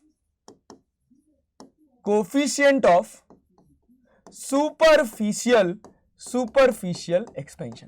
अरे क्लैरिटी है, अरे क्लैरिटी है बच्चा। क्या कोई दिक्कत है यहां तक? नहीं, कोई समस्या नहीं, कोई समस्या नहीं, कोई प्रॉब्लम नहीं। क्या कोफिशिएंट ऑफ सुपरफिशियल एक्सपेंशन बहुत अच्छे से, बहुत ढंग से, क्रिस्टल क्लियर लेवल पे समझ आ रहा है? चलिए सर बहुत बढ़िया। एक बार पूरी स्टोरी को फिर से रिव्यू करके अपनी स्क्रीन के सामने देख लीजिए। अगर कोई कमी रह जाए तो इस पूरे पोर्शन को जरूर रिवाइज करिए, सब कुछ आपके दिमाग में बहुत अच्छे से सेट हो जाएगा। तो चलिए भाई साहब, यहां तक की कहानी खत्म हो गई। सुपरफिशियल एक्सपेंशन अपने लोग को बहुत ढंग से समझ आ गया। अब अपन आगे बढ़ते हैं किसके ऊपर? अब अपन आगे बढ़ते हैं सर वॉल्यूम थर्मल एक्सपेंशन के ऊपर। वॉल्यूम थर्मल एक्सपेंशन क्या होता है? मान लीजिए हम आपसे कह दे रहे हैं कि ये आपके पास एक क्यूबॉइड है जिसका ये वाला जो लेंथ दे रखा है, ये आपको दे रखा है L01, ये लेंथ दे रखा है L02 और ये लेंथ दे रखा है L03। हम कह रहे हैं इसके along coefficient of thermal expansion alpha 1 है, L02 के अलोंग अल्फा 2 है और L03 के अलोंग बच्चा अल्फा 3 है। तो जब तुम वॉल्यूम की बात करोगे, वॉल्यूम थर्मल एक्सपेंशन की बात करोगे, तो एट टेम्परेचर T0, मैं कह रहा हूं एट टेम्परेचर T0 तुम्हारा जो वॉल्यूम होगा किसके बराबर होगा सर? वो V0 होगा और वो L01, L02, L03 के बराबर होगा। फिर उसके बाद बात आ जाती है एट टेम्परेचर T। जब T टेम्परेचर की अपन बात करेंगे तो वॉल्यूम बदल जाएगा सर। क्यों बदल जाएगा सर? लेंथ बदल जाएगी। कितनी हो जाएगी sir? L01 1 plus alpha 1 delta T हो जाएगी। L02 की जगह क्या हो जाएगा सर? L02 एक्सपेंड कर जाएगा ना, तो फाइनल लेंथ अपने पास L02 1 plus alpha 2 delta T हो जाएगी। और L03 की बात करेंगे तो ये L03 1 plus alpha 3 delta T हो जाएगा बेटा। अब यहां से जब वॉल्यूम लिखोगे तो L01, L02 और L03 को एक जगह कर लो और इन सब को मल्टीप्लाई करो। इन सब को जब मल्टीप्लाई करोगे तो तुमको एक रिजल्ट मिलेगा 1 plus alpha 1 plus alpha 2 plus alpha 3 delta T. और सबका जो मल्टीप्लीकेशन होगा, जैसे जहां अल्फा 1 अल्फा 2 आ गया, जहां अल्फा 2 अल्फा 3 आ गया, जहां अल्फा 3 अल्फा 1 हो गया, जहां अल्फा 1 अल्फा 2 अल्फा 3 तीनों मल्टीप्लाई हो गए, तो अपने को पता है कि हमारा अल्फा जो होता है वो 10 टू द पावर -5 के रेंज में होता है बेटा जी। हमारा जो अल्फा होता है वो 10 टू द पावर -5 के रेंज में होता है। और जब आप उसको स्क्वायर करोगे भाई 10 टू द पावर -10 हो जाएगा, जो वैल्यू इसके कंपैरिजन में बहुत कम हो जाएगी। और अगर इसके कंपैरिजन में बहुत कम हो गई, समझो अगर इसके कंपैरिजन में बहुत कम हो गई तो उसको लिखने की कोई जरूरत नहीं है। तो फाइनल एक्सप्रेशन आपके पास क्या बन जाता है? 1 plus alpha 1 plus alpha 2 plus alpha 3 delta T. अब मुद्दे वाली बात यह समझिएगा कि 99% केसेस में आपको क्या दिया होगा? 99% केसेस में आपको दिया होगा कि आपका अल्फा 1 अल्फा 2 अल्फा 3 तीनों बराबर है, तीनों अल्फा के बराबर है। तो जो फाइनल वॉल्यूम होगा वो बराबर हो जाएगा V0 1 plus 3 alpha delta T. ये आपके पास वॉल्यूम हो जाएगा बेटा जी V equals to V0 1 plus 3 alpha delta T. 3 alpha को अपन लिख देते हैं गामा, तो V इक्वल्स टू हो जाता है अपने पास 1 plus gamma delta T. Gamma को बोला जाता है वॉल्यूमेट्रिक थर्मल एक्सपेंशन। अरे क्लियर है क्या? गामा को अपन क्या बोलते हैं बच्चा? गामा को अपन बोलते हैं coefficient of volumetric thermal expansion. अरे क्लैरिटी है बेटा? Coefficient of volumetric thermal expansion. अब ध्यान से देखो, ये गामा जो है ये किसके बराबर है सर? ये 3 अल्फा के बराबर है। आपका बीटा जो है सर ये किसके बराबर है सर? 2 अल्फा के बराबर है। और अल्फा तो ही है आपके पास। तो आपसे सवाल पूछा गया alpha is to beta is to gamma का रेशियो क्या होगा सर? ये हो जाएगा आपके पास 1:2:3। क्या यहां तक कहानी क्रिस्टल क्लियर है? बहुत बढ़िया, होना भी चाहिए भैया। चलिए धीरे धीरे अपने कंटेंट को आगे बढ़ाते हैं, लेक्चर को आगे लेकर चलते हैं और इससे थोड़ा सा कुछ क्वालिटेटिव क्वेश्चन करते हैं। जैसे मैं आपसे एक सवाल पूछूं, मैं कहूं कि आपके पास एक एन्युलर डिस्क है। एन्युलर डिस्क समझते हैं कि जिसमें बीच में एक होल कटा हुआ है। इस डिस्क का बेटा जी इनर रेडियस a है और इस डिस्क का आउटर रेडियस b है। इनर रेडियस a है बेटा और आउटर रेडियस कितना है? आउटर रेडियस b है। अगर हम कह रहे हैं कि हम इसका टेम्परेचर बढ़ा रहे हैं, अगर इस एन्युलर डिस्क का हम टेम्परेचर बढ़ा रहे हैं तो बताओ हमारा a बढ़ेगा, b बढ़ेगा, या ए घटेगा बी बढ़ेगा, या दोनों घटेंगे, या दोनों घटेंगे, या ए बढ़ेगा और बी घटेगा। बताओ क्या आंसर होना चाहिए तुम्हारे हिसाब से। ये तुम्हारे सामने मैंने 4 ऑप्शंस बनाए, ए बी सी डी। बताओ कौन सा आंसर तुम्हारे हिसाब से सही होना चाहिए अगर आप इसका टेम्परेचर बढ़ा रहे हो तो देखो टेम्परेचर बढ़ाओगे बच्चा तो क्या होगा, टेम्परेचर बढ़ाएंगे तो सर मॉलिक्यूलर एक्सपेंशन होगा, मॉलिक्यूलर कोलिजन बढ़ेगा, इंटर एटॉमिक स्पेसिंग बढ़ेगी, मतलब क्या है, इंटर एटॉमिक स्पेसिंग बढ़ेगी मतलब थर्मल एक्सपेंशन होगा। सर ये बाहर की तरफ फैलेगा और ये अंदर की तरफ तो नहीं फैलेगा, ऐसा दिमाग तो नहीं आ रहा तुम्हारा, पूरा का पूरा शीट फैलेगा बाहर की तरफ, मतलब ए भी बढ़ेगा बी भी बढ़ेगा। तो सही आंसर तुम्हारे पास क्या हो जाएगा सर, सही आंसर ए हो जाएगा, ए भी बढ़ेगा और बी भी बढ़ेगा। क्या यहां तक कहानी क्रिस्टल क्लियर है, बात समझ आ रही है? चलें आगे बढ़ जाएं। चलिए सर आ जाइए आगे बढ़ जाते हैं। अब इसी पर बेस्ड एक और क्वालिटेटिव क्वेश्चन मैंने आपके सामने रखा। मैंने कहा कि देखो बेटा ये तुम्हारे पास एक सेटअप है, समझ रहा, ये तुम्हारे पास एक सेटअप है, ये मेटल का एक सेटअप है। ये गैप जो है बेटा जी, ये गैप डी है। अगर मैं कहूं कि मैं इसका टेम्परेचर बढ़ा रहा हूं, इसका इनर रेडियस ए है, आउटर रेडियस बी है। अगर मैं इसका टेम्परेचर बढ़ाऊंगा तो मेरे से कहा गया ए ऑप्शन, ए बढ़ेगा बी घटेगा डी बढ़ेगा, समझिएगा। बी ऑप्शन हम आपसे कह रहे हैं कि ए बढ़ेगा बी बढ़ेगा डी घटेगा। सी ऑप्शन हम कह रहे हैं ए बढ़ेगा बी बढ़ेगा डी भी बढ़ेगा। और डी ऑप्शन हम कह रहे हैं कि भाई साहब ए घटेगा बी घटेगा, ए घटेगा बी बढ़ेगा, ए घटेगा बी बढ़ेगा और डी बढ़ेगा। बताइए इसमें से कौन सा सही आंसर होगा। अगर अपन इसका टेम्परेचर बढ़ा रहे हैं तो ऑब्वियस सी बात है ए भी बढ़ेगा बी भी बढ़ेगा। सारा सवाल कहां पैदा होता है कि ये जो गैप है क्या ये गैप कम होगा। तो पता है क्या लगता है बच्चों को, देखो मैं तुमको बताऊं कहां गलती होती है। हमको लगता है कि भैया ये एक रॉड टाइप स्ट्रक्चर है तो जब इसका टेम्परेचर बढ़ाएंगे तो ये ऐसे बढ़ेगा। अरे क्लैरिटी है, ये ऐसे बढ़ेगा तो जो हमारा डी है वो कम होना चाहिए, मतलब अपने पास जो बी आंसर है वो सही हो जाना चाहिए। और जो लोग बी आंसर को सही मार देते हैं उनका गेम हो जाता है सर। और सही आंसर क्या होता है सर, सही आंसर डी होता है। अरे मतलब ए भी बढ़ेगा बी भी बढ़ेगा और डी भी बढ़ेगा। सही आंसर अपने पास सी हो जाता है। कैसे बढ़ेगा, क्योंकि जब अपना ए बढ़ेगा जब अपना बी बढ़ेगा तो ये ऐसे ओपन होंगे तभी तो बढ़ेगा ना यार। अरे बात समझ आ रही है। तो अपना डी का जो गैप होगा ये डी का गैप बढ़ेगा, ये बात याद रखे रहिएगा, गड़बड़ मत करिएगा। क्या यहां तक कहानी समझ आ रही है? चले बेटा आगे बढ़े, आइए देखिए। अब इसी पर बेस्ड एक अच्छा सा क्वेश्चन आपके सामने निकल कर आया कि a hole is drilled in a material at 27 degree Celsius. A hole is drilled in a material at 27 degree Celsius. The diameter of the hole is 5 centimetre. When the steel is heated to 177 degree Celsius, the change in the diameter of the hole is d into 10 to the power minus 3. The value of d will be if coefficient of linear expansion of the metal is 1.6 into 10 to the power minus 5 per degree Celsius. 24 May January first shift 2023 का बढ़िया सा आसान सा सस्ता सा question क्या है भाई। कहा जा रहा है कि जब अपना टेम्परेचर कितना है बेटा, जब अपना टेम्परेचर 27 डिग्री सेल्सियस है तो भैया डायमीटर 5 सेंटीमीटर है। समझिएगा, जब मेरा टेम्परेचर कितना हो गया 177 डिग्री सेल्सियस हो गया तो तुमसे पूछा गया कि बताओ चेंज इन डायमीटर कितना होगा। The change in the diameter of the hole is, वो दे रखा है आपको d into 10 to the power minus 3 centimetre. The value of d will be, वो d निकालना है आपको, वो नंबर निकालना है। If the coefficient of linear expansion of the metal is 1.6 into 10 to the power minus 5 per degree Celsius. तो हम कैसे निकालेंगे भैया, हम जानते हैं मास्टर साहब कि ये जो डेल्टा d होता है ना, ये बराबर होता है किसके, ये बराबर होता है sir d naught alpha delta T के। चलिए भाई, तो डी नॉट की वैल्यू 5 सेंटीमीटर, अल्फा की वैल्यू कितनी sir 1.6 into 10 to the power minus 5। Delta T कितना है सर, 177 में से 27 घटाना है, 177 degree Celsius minus 27 degree Celsius. और जब आप इसको सॉल्व करेंगे तो क्या मिलेगा सर, ये मिलेगा 5 into 1.6 into 10 to the power minus 5 और 177 में से 27 घटाएंगे तो ये आपके पास हो जाएगा 150। अब ध्यान दीजिएगा, मुद्दे वाली बात यहीं पर है, यहीं सबसे ज्यादा गलती होती है इस क्वेश्चन में कि यहां पर आपको ये डिग्री सेल्सियस में दे रखा है तो आपने ये डिफरेंस डिग्री सेल्सियस में लिख दिया। लेकिन अगर यही डिग्री सेल्सियस की जगह केल्विन की पावर -1 दिया होता तो क्या आप इस 150 डिग्री सेल्सियस को केल्विन में कन्वर्ट करते?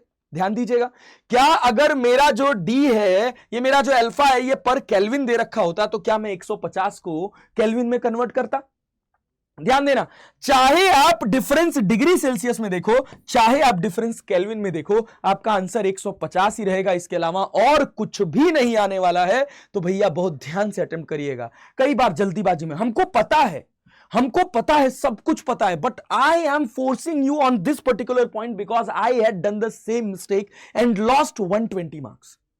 अरे बात समझ रहे, 20 मार्क्स, 120 नहीं 20 मार्क्स। इंजीनियरिंग में एक सब्जेक्ट होता है जिसका नाम होता है मशीन डिजाइन बेटा, उसमें डिजाइनिंग आती है, ठीक है, और उसी डिजाइनिंग में ये फॉर्मूला लगाना था और मेरा दिमाग काम नहीं किया उस समय, जल्दीबाजी में, हड़बड़ी में, कि 20 नंबर का सवाल है भाई साहब, अपना ये 3-4 पेज ऑक्यूपाई करने वाला है, जल्दी जल्दी सॉल्व करो, समय कम था।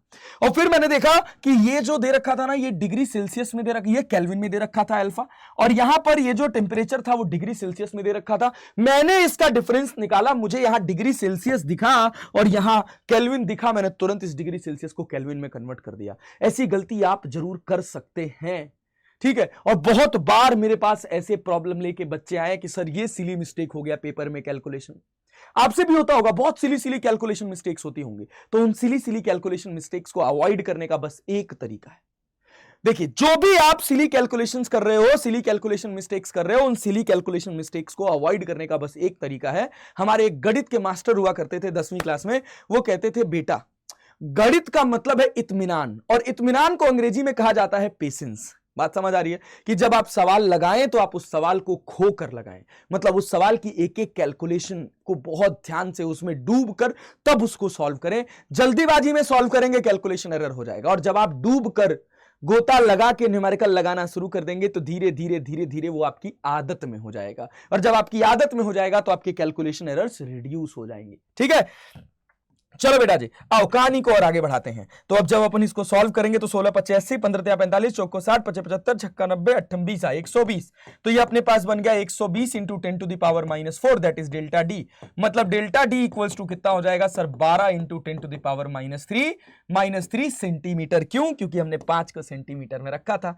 तो हमारे पास डी की वैल्यू कितनी आ गई सर, डी की वैल्यू 12 आ गई। हमने सॉल्व किया, आंसर निकाला, खुश हो गए और घर की तरफ बढ़ गए। चलिए भैया आगे बढ़ते हैं। ये देखिए एक और सवाल है आपके पास, बढ़िया क्वेश्चन है, ये भी समझदारी वाला सवाल है। ये भी कब पूछा गया था, 2 जुलाई सेकंड शिफ्ट 2021 का क्वेश्चन। कुछ नया कॉन्सेप्ट नहीं है, बस क्या है कि कैलकुलेशन थोड़ी ऐसी है कि जिसमें आपको बहुत ध्यान से अप्रोच अच्छी रख के इस न्यूमेरिकल को अटेम्प्ट करना पड़ेगा। अब जैसे देखो सवाल कह रहा था area of cross section of a railway track is 0.01 metre square. मतलब आपको एरिया रेलवे ट्रैक का दे रखा है 0.01 मीटर स्क्वायर। बच्चा समझिएगा, the temperature variation delta T हमको कह दिया गया है कि ये 10 डिग्री सेल्सियस है। Coefficient of linear expansion of material of track ये कितना दे रखा है, अल्फा दे रखा है 10⁻⁻5 पर डिग्री सेल्सियस। अब देख रहे हो सवाल क्या पूछ रहा है, the energy stored per metre in the track is. अरे बात समझ रहे हो कि नहीं समझ रहे हो, एनर्जी स्टोर्ड पूछ रहा है। तो एनर्जी स्टोर कैसे हो रहा है, एनर्जी स्टोर बेटा जी एक्सपेंशन की वजह से हो रहा है। क्या यहां तक कहानी समझ आ रही है? और अगर एक्सपेंशन होगा तो एक्सपेंशन में जो एनर्जी स्टोरेज होता है, एक्सपेंशन में जो एनर्जी स्टोरेज होता है, energy stored per unit volume का फॉर्मूला आप पढ़े होंगे 1/2 इंटू स्ट्रेस इंटू स्ट्रेन। अरे पढ़े हो ना, अरे पढ़े हो ना, 1/2 इंटू स्ट्रेस इंटू स्ट्रेन। लेकिन आपसे पूछ क्या रहा है sir, energy stored per metre, मतलब वॉल्यूम को मैं लिख सकता हूं area into length, that is 1/2। Stress को क्या लिख सकता हूं sir, Young's modulus into strain का स्क्वायर हो गया भाई, स्ट्रेन इंटू स्ट्रेन का स्क्वायर हो गया।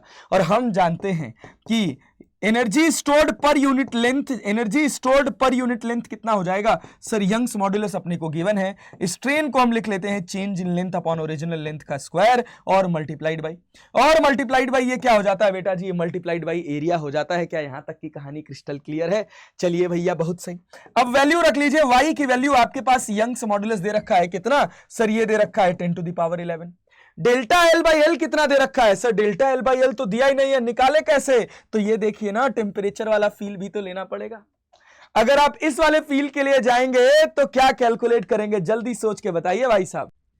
तो देखो भाई, डेल्टा एल बाई एल निकालने के लिए आप क्या करोगे, सिंपल आपको थर्मल एक्सपेंशन का कॉन्सेप्ट यूज करना है। Sir delta L by L किसके बराबर हो जाएगा सर, अल्फा डेल्टा टी के बराबर हो जाएगा। अल्फा की वैल्यू अपने पास कितनी गिवन है 10⁻⁻5, डेल्टा टी की वैल्यू 10, तो ये आपको मिल जाएगा 10⁻⁴। अब आप जब इस वैल्यू को यहां रखोगे, देखो 10 टू द पावर -4 का जब आप स्क्वायर करोगे multiplied by area 1 into 10 to the power -2 करोगे तो 4 दूना 8, -8 और -2 कितना हो जाएगा, ये -10 हो जाएगा। और यहां पे कितना अपने पास, ये अपने पास 10 टू द पावर 11, तो मतलब 10/2 बचेगा। तो इसका क्या मतलब है सर, ये अपने पास हो जाएगा 5 जूल पर मीटर। तो अपने पास आंसर हो जाएगा बेटा जी 5 जूल पर मीटर। देख रहे हैं कितना बढ़िया क्वेश्चन है। इस क्वेश्चन को अगर समझा जाए तो ये क्वेश्चन कई बार कठिन हो जाता है अगर आप रिलेट ना कर पाओ। जैसे अगर आपने इसको थर्मल एक्सपेंशन से रिलेट नहीं किया, स्ट्रेस अपॉन स्ट्रेन आपके दिमाग में नहीं आया, तो आप इस थर्मल एक्सपेंशन के क्वेश्चन में अटक जाओगे। बात समझ रहे हो? तो ये आपका 4 नंबर छूट जाएगा। लेकिन अभी आप यहां देख रहे हो तो आपको लग रहा है यार ये क्वेश्चन कितना आसान है, but this question is not as easy as it is looking. Question की समझ हो जाना, क्वेश्चन को पिछले चैप्टर से रिलेट करके सॉल्व कर ले जाना, अगर ये कैपेबिलिटी आपको आ गई तो आप बहुत आराम से अपनी जो 30 क्वेश्चन जेईई मेंस के होते हैं उन 30 क्वेश्चन में से 20 क्वेश्चन लगा सकते हो। 20 क्वेश्चन लगाने का मतलब है आपके 80 नंबर हो गए भैया। अरे बात समझ रहे हैं? 80 नंबर आपका केवल एक सब्जेक्ट से हो गया, मतलब मोटा मोटा आप एक सब्जेक्ट से कट ऑफ पार कर गए यार। अरे क्लैरिटी है? तो थोड़ा सा अच्छे से कनेक्शन बिल्ड करके पढ़ा करिए। जो क्वेश्चंस रिलेटेड चैप्टर के मिले उनको जरूर फोकस के साथ सॉल्व करिए। क्यों? क्योंकि वो आपकी अप्रोच, आपकी बुद्धि सब कुछ बड़ा कर देंगे। चलिए आइए कहानी को और आगे बढ़ाते हैं सर।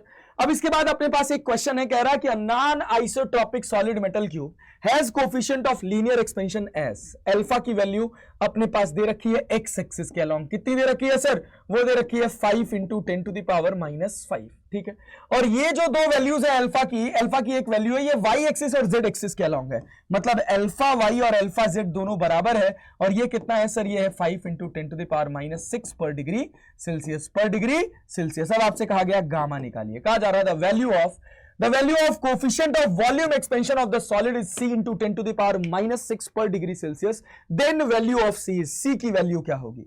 तो भैया जी जब ये गामा निकालना है तो इस गामा को हम लिखेंगे alpha 1 plus alpha 2 plus alpha 3। देख रहे हैं ना, पढ़ाए थे ना अभी।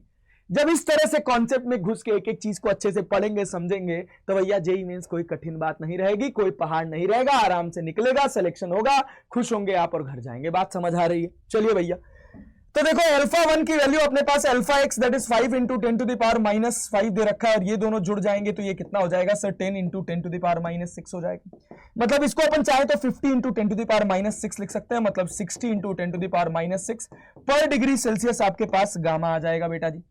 तो मतलब सी की वैल्यू अपने पास कितनी आ गई मास्टर साहब? सी की वैल्यू 60 आ गई। ये सस्ता सा जेईई मेंस का क्वेश्चन है, आराम से सॉल्व करते भाई, 4 नंबर स्कोर करते और घर भाग जाते, सिंपल। अब ये एक क्वेश्चन है, इसको मैं आपको सीधा सीधा होमवर्क के लिए लिखता हूं। क्यों?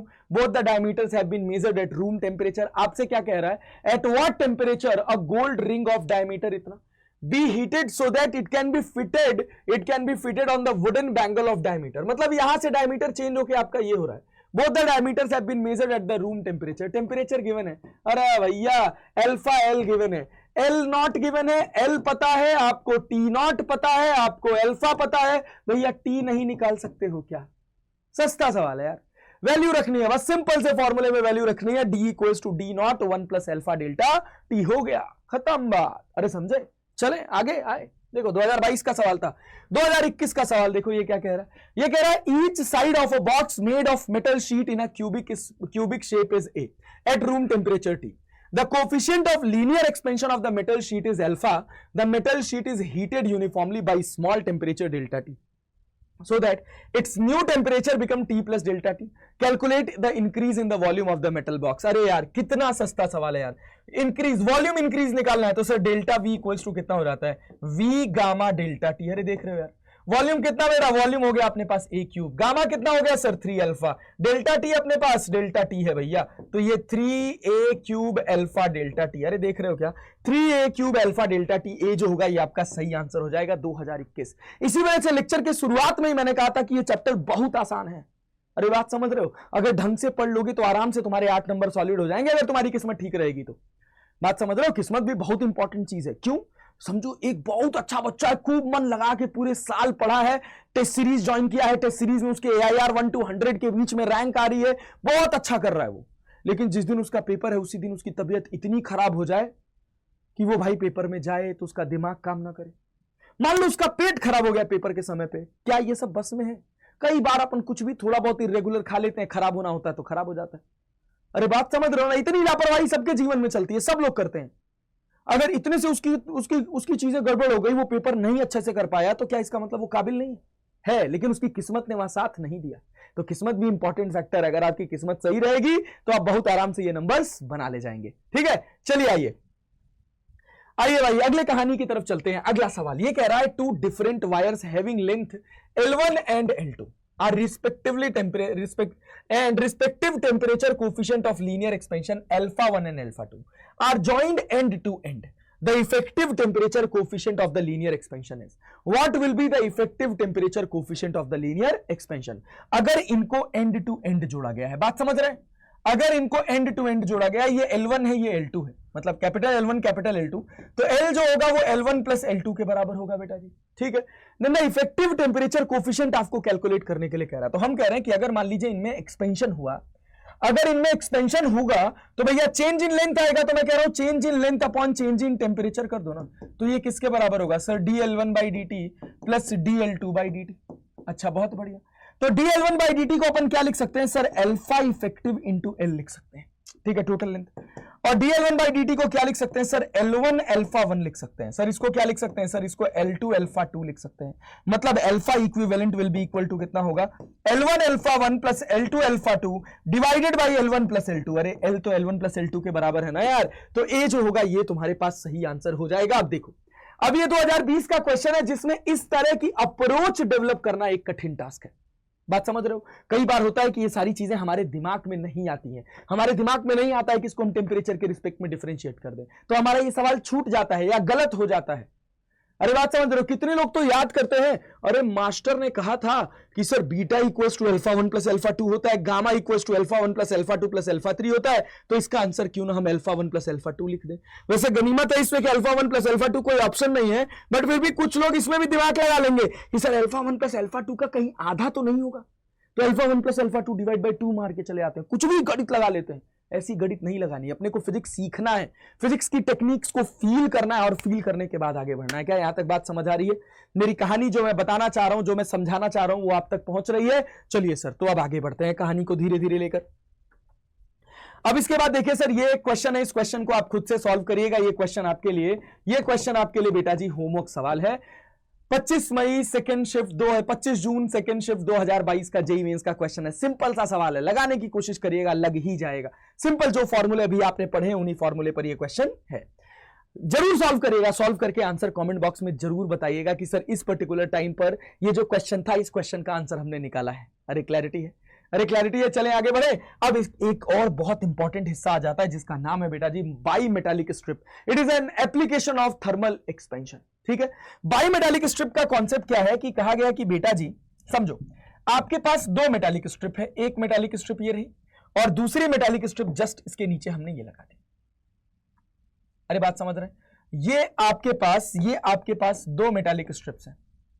ठीक है, समझने की कोशिश करिएगा। ये दो मेटालिक स्ट्रिप्स हैं, दोनों की थिकनेस डी है, इसकी भी थिकनेस डी है, इसकी भी थिकनेस डी है। इसका coefficient of thermal expansion alpha 1 है, इसका coefficient of thermal expansion alpha 2 है। और भाई इनिशियल लेंथ अपने पास कितनी है? L है।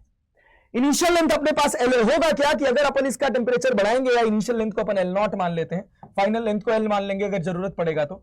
ये मैंने कहा कि इसकी इनिशियल लेंथ अपने पास L0 है। अगर मैं कह रहा हूं कि अगर मैं इसका टेम्परेचर T0 से बढ़ाकर T कर दे रहा हूं, बहुत ध्यान से समझना बेटा, अगर मैं इसका टेम्परेचर T0 से बढ़ाकर T कर दे रहा हूं, ये दोनों ऐसे ज्वाइन है कि इन दोनों सरफेसेस के बीच में कोई भी रिलेटिव स्लाइडिंग नहीं होगी। इसका मतलब ये नहीं है, मेरे कहने का मतलब ये है कि अल्फा 1 का कोफिशिएंट ऑफ थर्मल एक्सपेंशन अगर मैं कह दूं ज्यादा है एज कंपेयर टू अल्फा 2, तो ये आगे बढ़ जाएगा और ये पीछे रह जाएगा। इस हिसाब का दिमाग नहीं लगाएंगे, क्या होगा? ये जो मिड वाली सरफेस है ना, बेटा जी, ये बिल्कुल भी रिलेटिवली स्लाइड नहीं करने वाली है। इन दोनों के मॉलिक्यूल्स एक दूसरे के अंदर फ्यूज्ड हैं। अरे बात समझ आ रही है? तो भाई अगर अल्फा 1 ज्यादा एक्सपेंड करेगा, अल्फा 2 कम एक्सपेंड करेगा, तो होगा क्या सर? अल्फा 1 के बोझ तले अल्फा 2 दब जाएगा। अगर अल्फा 1 के बोझ तले अल्फा 2 दब जाएगा तो फाइनल शेप आपको क्या मिलेगा बेटा? देखो, फाइनल शेप आपको क्या मिलेगा सर? फाइनल शेप अपने को कुछ ऐसा मिल जाएगा। अरे क्लैरिटी है? देखना बेटा, कैसा शेप मिलेगा? ऐसा कुछ शेप मिल जाएगा। ये अपने पास एक हो जाएगा और दूसरा वाला जो मेटालिक स्ट्रिप है, वो दूसरा वाला मेटालिक स्ट्रिप अपने पास कुछ ऐसा हो जाएगा। अरे क्लैरिटी है भाई, क्लैरिटी है, कोई दिक्कत वाली बात, कोई समस्या नहीं सर। ये डी है सर, यहां भी ये कितना है, डी है सर। अगर ये मुड़ जाएगा तो भाई ये कितना मुड़ा, मतलब इसका रेडियस ऑफ कर्वेचर क्या होगा। और दूसरा सवाल पूछा जाएगा कि बताइए सर ये कितना एंगल मुड़ेगा। दो चीजें आपसे पूछी जाएंगी, एक रेडियस ऑफ कर्वेचर और एक क्या पूछा जाएगा सर, थीटा। ठीक है, चलिए बहुत बढ़िया। तो अपन कैसे कैलकुलेट करेंगे सर, हम जानते हैं कि जो थीटा होता है ना बेटा, ये आर्क अपॉन रेडियस होता है। थीटा क्या होता है सर, आर्क अपॉन रेडियस होता है। तो अगर ऊपर वाले बार को देखा जाए तो ये भी यहां पे थीटा एंगल सस्पेंड कर रही है, ये भी यहां पे थीटा एंगल सस्पेंड कर रही है। अरे कहानी समझ आ रही है, कहानी समझ आ रही है। अगर दोनों का एंगल थीटा है, आर्क अलग अलग है, तो रेडियस भी अलग अलग होगा, बिल्कुल। तो हम कह रहे हैं कि ये जो अपने पास जिसका coefficient of thermal expansion alpha 2 था, अगर इसके इस सरफेस की बात कर रहे हैं तो ऊपर वाले की भी सरफेस की बात करेंगे। तो भाई इसका जो आर्क हो जाएगा वो कितना हो जाएगा सर, वो हो जाएगा L0 1 plus alpha 2 delta T. अरे क्लैरिटी है। और रेडियस कितना हो जाएगा बेटा, रेडियस हो जाएगा आर। अच्छा, जब ऊपर वाले की बात करोगे तो इसका रेडियस कितना हो जाएगा सर, इसका रेडियस हो जाएगा अपने पास आर प्लस डी। बहुत ध्यान से समझिएगा, रेडियस हो जाएगा आर प्लस डी और आर कितना हो जाएगा सर, ये हो जाएगा L0 1 प्लस अल्फा 1 डेल्टा। अरे क्लैरिटी है। अब देखो, अगर हमको इन दोनों को कंपेयर कर दिया जाए तो आर मिल जाएगा, और अगर आर मिल गया तो अपने को किसी को भी कंपेयर कर लो तो थीटा मिल जाएगा। तो अगर इन दोनों को कंपेयर करें, देखो अगर इन दोनों को कंपेयर करें, L0 1 plus alpha 2 delta T divided by R, तो सर ये किसके बराबर है सर, ये बराबर है L0 1 plus alpha 1 delta T divided by R plus D. अगर ऐसी सिमेट्री बन रही है तो क्या होगा बेटा सर, L0 से L0 कट जाएगा और L0 से L0 कट जाएगा तो 1 प्लस डी बाई आर। ध्यान से देखिए, ये आर प्लस डी को अपन इधर लेके आए तो ये अपने पास कितना हो गया, R plus D divided by R. छोड़ो एक स्टेप क्यों उड़ाए, सब लिख देते हैं। 1 प्लस, देखो क्या भाई, R plus D by R, ये किसके बराबर हो जाएगा सर, ये बराबर हो जाएगा 1 plus alpha 1 delta T upon 1 plus alpha 2 delta T. अरे समझदारी है, समझदारी है भाई ये करने में, अपने को चीजें क्रिस्टल क्लियर हो रही है, बिल्कुल हो रही है सर। तो ये अपन क्या लिखेंगे सर, ये अपन लिखेंगे R plus D divided by R. R plus T divided by R ये बराबर किसके हो जाएगा, ये बराबर हो जाएगा sir 1 plus alpha 1 delta T. 1 plus alpha 1 delta T into 1 plus alpha 2 delta T की पावर, डेल्टा टी की पावर -1। अगर आप ध्यान से देखो ना तो अल्फा 2 की वैल्यू लगभग 10 टू द पावर -5 के रेंज में होती है। मतलब प्रोडक्ट करोगे तो भी वो 1 से बहुत छोटा आएगा, तो जो ऊपर पावर होगा उसको अंदर मल्टीप्लाई कर देंगे। अच्छा, इस वाले एक्सप्रेशन को अपन क्या लिख सकते हैं, 1 प्लस डी बाई आर लिख सकते हैं, और ये किसके बराबर हो जाएगा 1 प्लस अल्फा 1 डेल्टा टी, और ये कितना 1 माइनस अल्फा 2 डेल्टा टी। अब जब इन दोनों को अपन इन दोनों को जब ऐसे मल्टीप्लाई कराएंगे तो क्या मिलेगा बेटा, मल्टीप्लाई कराएंगे तो ये अपने पास हो जाएगा 1 प्लस डी बाई आर। क्या हो जाएगा बेटा, देख ये हो जाएगा अपने पास 1 प्लस डी बाई आर, और जब इसको अंदर मल्टीप्लाई कराएंगे तो क्या मिलेगा सर, ये मिलेगा अपने पास 1 plus alpha 1 minus alpha 2 delta T. और अगर तुमको क्लैरिटी हो तो हम अल्फा 1 अल्फा 2 डेल्टा टी का भी एक फैक्टर बनेगा, minus of alpha 1 alpha 2 delta T का स्क्वायर। वो जो बनेगा उसको अपन इग्नोर कर देंगे। क्यों इग्नोर कर देंगे मास्टर साहब, उसके पीछे कारण है ना कि अल्फा मेरा 10 टू द पावर -5 है, उसमें 10 टू द पावर -5 और मल्टीप्लाई होगा तो वो 10 टू द पावर -10 हो जाएगा, जो इस कैलकुलेशन में कोई भी चेंज क्रिएट नहीं करेगा। अरे बात समझ आ रही है। और अगर करता भी है तो वो बहुत माइनर चेंजेस क्रिएट करेगा, जिसको अपन कंसीडर करें ना करें कोई खास फर्क पड़ने वाला नहीं है। क्या यहां तक कहानी क्रिस्टल क्लियर है बेटा जी? चले लेक्चर को आगे लेके चला जाए। ये सर, चलिए सर, बहुत बढ़िया, सारी चीजें बहुत अच्छे से ढंग से समझ आ रही हैं।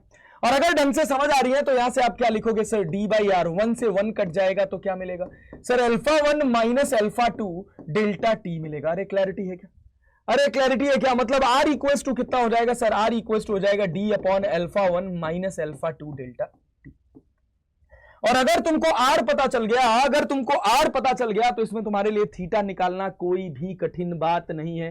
क्यों? क्योंकि सर अपन जानते हैं कि जो थीटा है वो किसके बराबर है सर, वो बराबर है L0 1 plus alpha 2 delta T के। किसके बराबर है?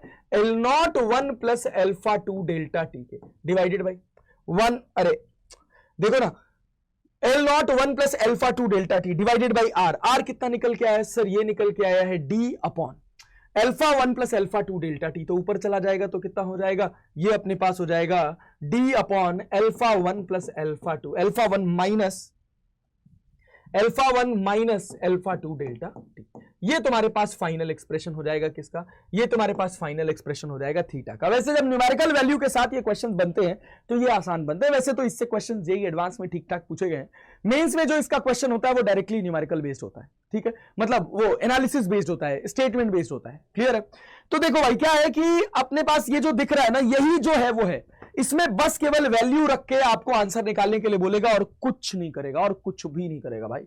जैसे मैं तुमसे अगर इस पर एक सवाल पूछूं, मैं तुमसे कहूं कि एक बाई मेटालिक स्ट्रिप है, ध्यान से देखना क्वेश्चन, क्या क्वेश्चन मैं पूछ रहा हूं। मैं तुमसे कह रहा हूं बच्चा कि ये तुम्हारे पास एक बाई मेटालिक स्ट्रिप है, दिख रहा, अभी दिखेगी बाई मेटालिक स्ट्रिप, पेशेंस रखो। देखो ये तुम्हारे पास एक बाई मेटालिक स्ट्रिप है, समझना, एक स्ट्रिप ये रही और एक स्ट्रिप ये रही, ये दो मेटालिक स्ट्रिप्स हैं अपने पास, दोनों एम्बेडेड हैं। ये दोनों की दोनों मेटालिक स्ट्रिप्स एक दूसरे से एम्बेडेड है। समझिएगा कॉन्सेप्ट, समझिएगा कॉन्सेप्ट का फील करना है अपने को। इसका coefficient of thermal expansion alpha है या 2 अल्फा है, इसका coefficient of thermal expansion alpha है, और मैं कह रहा हूं कि भैया ये जो ना ये यहां पे फिक्स है, इसकी लेंथ अपने पास L0 दे रखी है।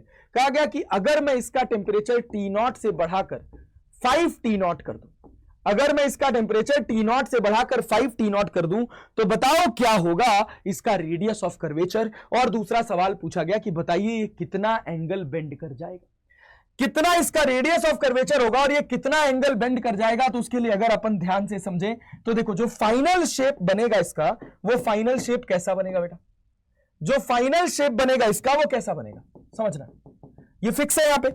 अगर अपन फाइनल शेप बनाएंगे इसका तो सर फाइनल शेप तो इसका कुछ ऐसा निकल के आएगा। अरे क्लैरिटी है, अरे क्लैरिटी है, थोड़ा ये मुड़ जाएगा, थोड़ा ये मुड़ जाएगा, बिल्कुल मुड़ जाएगा सर, ये अपने पास बनेगा। इनकी दोनों का जो ये थिकनेस है ये अपने पास क्वेश्चन में डी दे रखा होगा। अरे क्लियर है भाई, अरे क्लियर है। देखो ये कितना एंगल बना रहा है, कितना एंगल मुड़ा है सर, थीटा डिग्री मुड़ा है। अगर ये थीटा डिग्री मुड़ा है तो ऊपर अगर आप टेंजेंट ड्रॉ करोगे तो ये भी कितना डिग्री होगा, क्या ये भी थीटा डिग्री होगा? अरे क्लियर है, सोच लो, अरे क्लियर है भैया, सोच लो, हवा में आंसर नहीं करना है, सोच समझ के आंसर करना है। ये एंगल कितना होगा बेटा, ये एंगल क्या अपने पास थीटा हो जाएगा। अगर ये थीटा निकालेंगे तो ये तो ऑटोमेटिकली थीटा हो जाएगा। यार समझा करो भाई, समझा करो भाई, ऐसे मुड़ गया ना, ऐसे मुड़ गया ना, पहले टेंजेंट ऐसे पड़ रहा था, अब टेंजेंट ऐसे पड़ेगा, कितना डिग्री घूमा। सवाल पैदा हुआ कि ये एंगल कितना होगा, सर ये थीटा कितना होगा। अगर ये थीटा पता चल जाए और अगर अपने को रेडियस पता चल जाए तो अपना काम बन जाएगा। चलो सबसे पहला काम कह दिया गया कि ये घूम गया, बताओ इसका रेडियस कितना होगा। बोलो भैया रेडियस कितना होगा, सवाल पूछा जाए कि रेडियस कितना होगा तो अपन जानते हैं रेडियस का फॉर्मूला, क्या जानते हैं सर, रेडियस का फॉर्मूला जानते हैं D upon alpha 1 minus alpha 2 delta T. तो आर इक्वल्स टू कितना हो जाएगा, डी अपने पास गिवन है by D, alpha 1 minus alpha 2 कितना गिवन है सर, ये अपने पास अल्फा हो जाएगा, डेल्टा टी कितना 5t माइनस टी नॉट, ये अपने पास कितना हो जाएगा, ये अपने पास 4t नॉट हो जाएगा, ये आपके पास रेडियस हो जाएगा।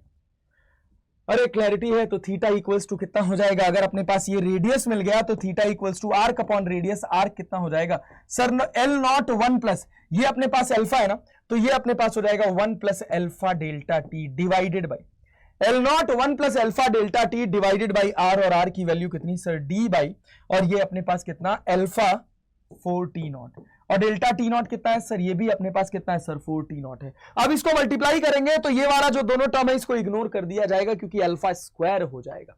तो मतलब अगर अपने पास थीटा लिखना होगा तो कितना होगा सर, ये एल नॉट बाई आर, और जब अपन इसको अंदर मल्टीप्लाई करेंगे देखो क्या हो जाएगा, तो ये अपने पास हो जाएगा 4 अल्फा टी नॉट, समझिएगा 4 अल्फा टी नॉट, और यहां पे कितना सर ये अल्फा, ये अपने पास 4 अल्फा टी नॉट, ये भी है अल्फा डेल्टा टी, समझना, और ये भी कितना है 4 टी नॉट, यहां पर भी, अरे भाई इसका तो coefficient of thermal expansion alpha ही था ना, तो ये तुम्हारे पास हो जाएगा 16 alpha square T naught square divided by R, उसको अपन बाहर लिख दिए। अब ध्यान से देखो, ये जो टर्म होगा इसके कंपैरिजन में कुछ नहीं होगा, तो इसको टेंड्स टू 0 लिख देंगे, मतलब थीटा की वैल्यू कितनी आ जाएगी, बोल बेटा थीटा की वैल्यू कितनी आ जाएगी। तो अगर अपने को थीटा निकालना होगा तो अपन लिखेंगे L naught by R 4 alpha T naught, ये अपने पास एंगल मिल जाएगा। अरे क्या क्लैरिटी है, इस तरह के अच्छे सवाल भी बन सकते हैं जो आपके आने वाले एग्जाम्स में पूछे जा सकते हैं।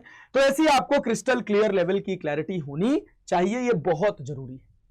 अरे ठीक है, चले आगे बढ़े, बोले भैया कहानी को आगे बढ़ाया जाए, बोलिए बोलिए बोलिए बोलिए सर, बोलना पड़ेगा सर।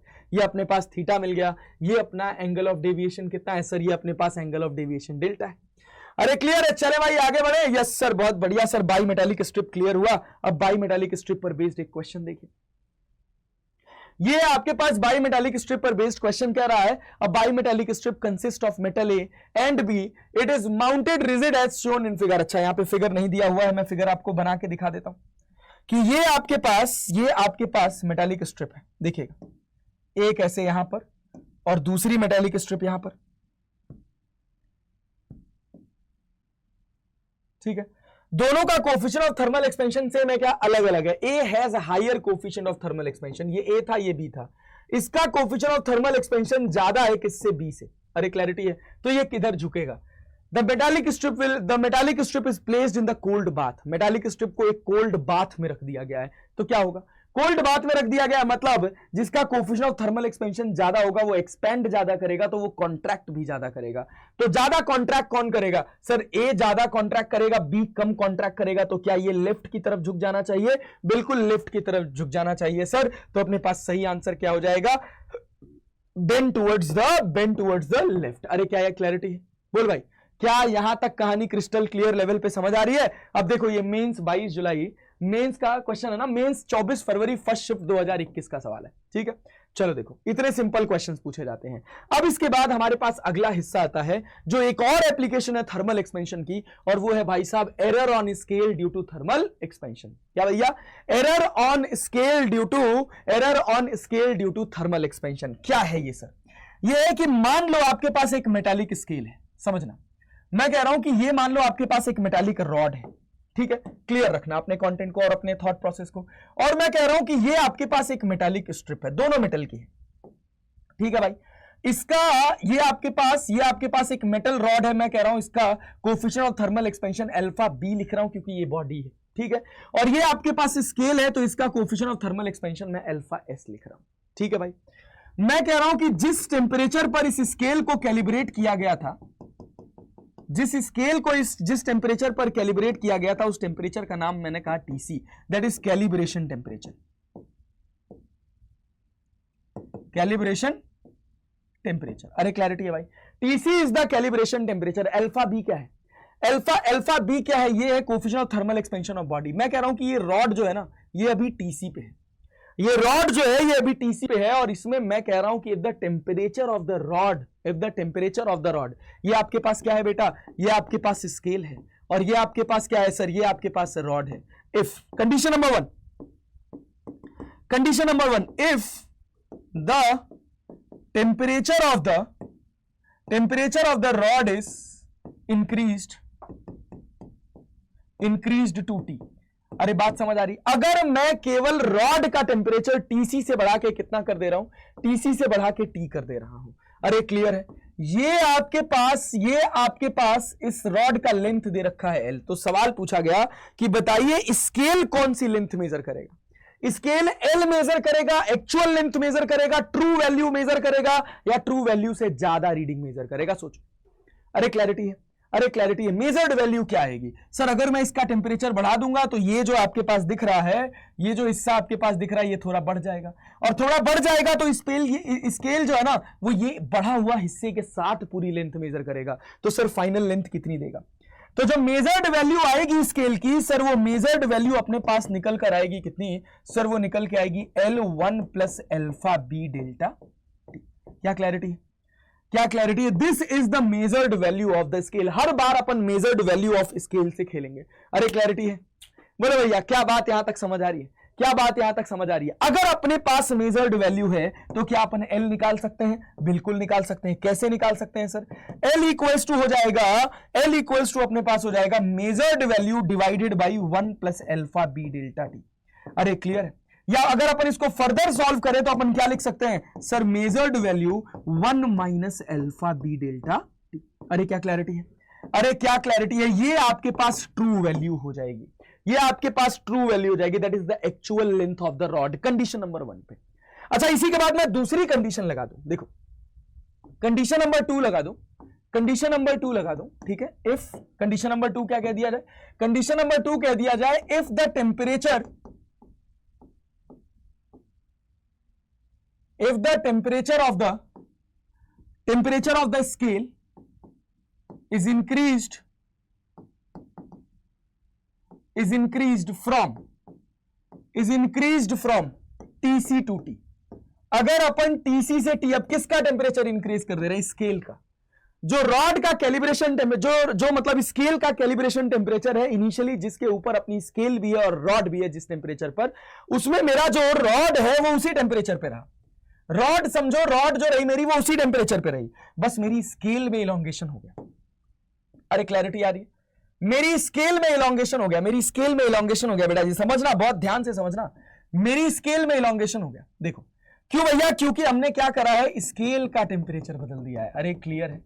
अगर हमने स्केल का टेम्परेचर बदल दिया, टीसी से टी कर दिया, मान लो भैया कि ये जो बॉडी है, इस बॉडी का टेम्परेचर 20 डिग्री सेल्सियस है और इस स्केल को कैलिब्रेट भी 20 डिग्री सेल्सियस पे किया गया था। अब हम स्केल का टेम्परेचर बढ़ा के 40 डिग्री कर दे रहे हैं, तो बताओ क्या होगा?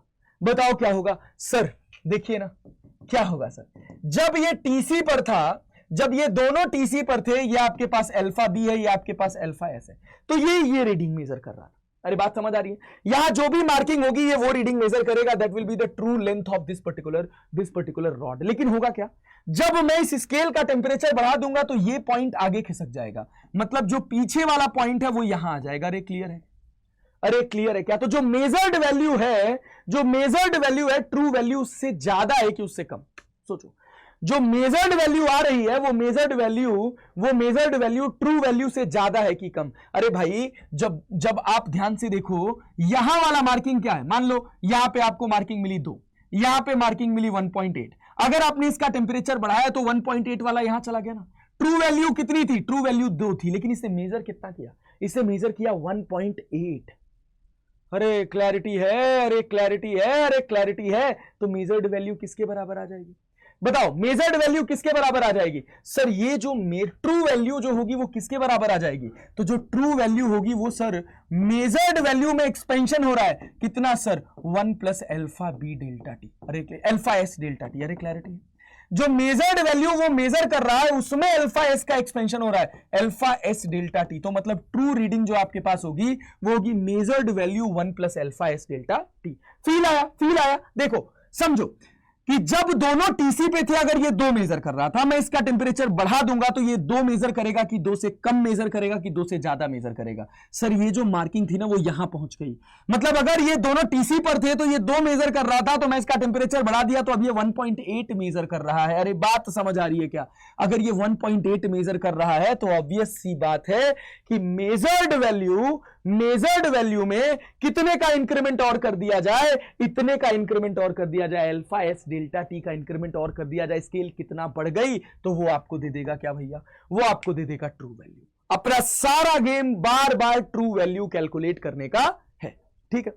तो देखो भाई, यहां पर अपने को क्लियर हुआ कंडीशन नंबर 1 में, समझिएगा, कंडीशन नंबर 1 में अपने को क्लियर हुआ कि जो मेजर्ड वैल्यू आएगी वो ट्रू वैल्यू से, जो मेजर्ड वैल्यू आएगी यहां पर, जो मेजर्ड वैल्यू आएगी वो ट्रू वैल्यू से ज्यादा होगी। और यहां पर क्या देखने को मिल रहा है कि जो मेजर्ड वैल्यू आएगी वो ट्रू वैल्यू से कम होगी। क्या क्लैरिटी है? अच्छा, इसी में अगर मैं कंडीशन नंबर 3 लगा दूं, बेटा देखो, अगर इसी में मैं कंडीशन नंबर 3 लगा दूं, क्या कंडीशन लगा दूं? अगर मैं तुम्हारे पास कंडीशन लगा दूं कि if the temperature of both the scale and rod जो भी है is increased from TC to T। अरे क्लैरिटी है? TC to T तो क्या होगा सर? स्केल क्या मेजर करेगा? सर स्केल मेजर करेगा measured value 1 plus alpha S delta T. अरे क्लैरिटी है? सर लेंथ कितनी हो जाएगी? सर लेंथ हो जाएगी अपने पास L1 plus alpha delta T. अरे क्लियर है क्या?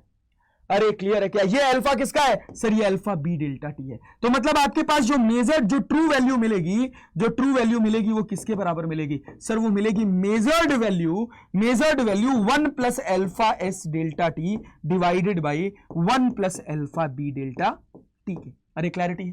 अरे क्लैरिटी है, मतलब जो मेरी ट्रू वैल्यू होगी अगर उसको मैं फर्दर सॉल्व करूं तो मैं लिख सकता हूं measured value 1 plus alpha S minus alpha B delta T. कैसे सर? जैसे पहले कर रहे थे, इस वाले हिस्से को ऊपर लेके गए, इसके पावर -1 हो गया। अरे क्लैरिटी है भैया, -1 हो गया तो माइनस को अंदर मल्टीप्लाई कर देंगे तो 1 minus alpha B delta T हो जाएगा, और फिर सॉल्व करेंगे तो alpha S into alpha B वाले को पूर्ण रूप से इग्नोर कर दिया जाएगा, तो हमको एल मिल जाएगा भैया measured value 1 plus alpha S minus alpha B delta T. अब ध्यान से देखो कि जो मेजर्ड वैल्यू मिल रही है, जो मेजर्ड वैल्यू मिल रही है वो ट्रू वैल्यू से ज्यादा होगी या कम, वो किस बात पे डिपेंड करेगा? वो डिपेंड करेगा कि अल्फा एस क्या है और अल्फा बी क्या है। क्या क्लैरिटी है?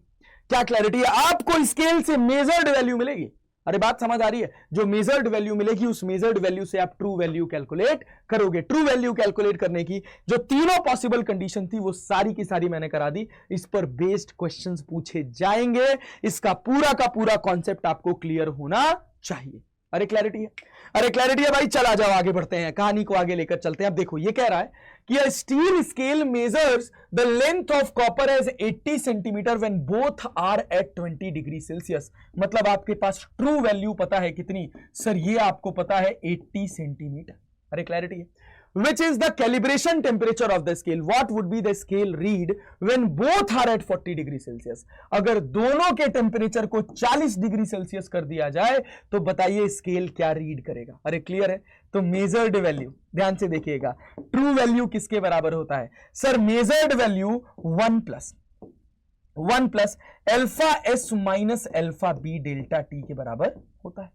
अरे क्लैरिटी है? या फिर आप लिखोगे कि आपका जो मेजर्ड वैल्यू होगा वो किसके बराबर होगा? Sir 1 plus alpha B minus alpha S delta T के बराबर होगा। खत्म बात यार, सिंपल यार। पलट दो, इसको रेसिप्रोकल बनाओगे, ऊपर -1 ले जाओगे, जो ऊपर पावर है वो अंदर मल्टीप्लाई हो जाएगा, बस खत्म बात, ये अपने पास आंसर आ जाएगा। सर ट्रू वैल्यू अपने पास कितनी दे रखी है? सर ट्रू वैल्यू अपने पास दे रखी है 80 सेंटीमीटर। ये 1 plus alpha B minus alpha S, alpha B कितना दे रखा है? बॉडी का क्या है? स्टील स्केल का अपने पास कितना है भाई? स्केल बॉडी का कितना है? सर कॉपर की बॉडी है, measures the length of a copper rod, तो कॉपर का 1.7 है और स्टील का 1.1 है, तो 1.7 में से 1.1 माइनस कर दो, यहां पर अपने पास 10 to the power -5। Delta T कितना है?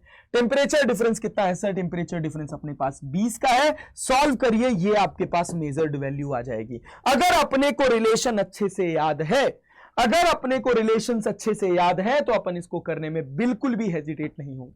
बस ये याद रखना, अगर ये समझ आ गया तो कहानी क्लियर हो जाएगी।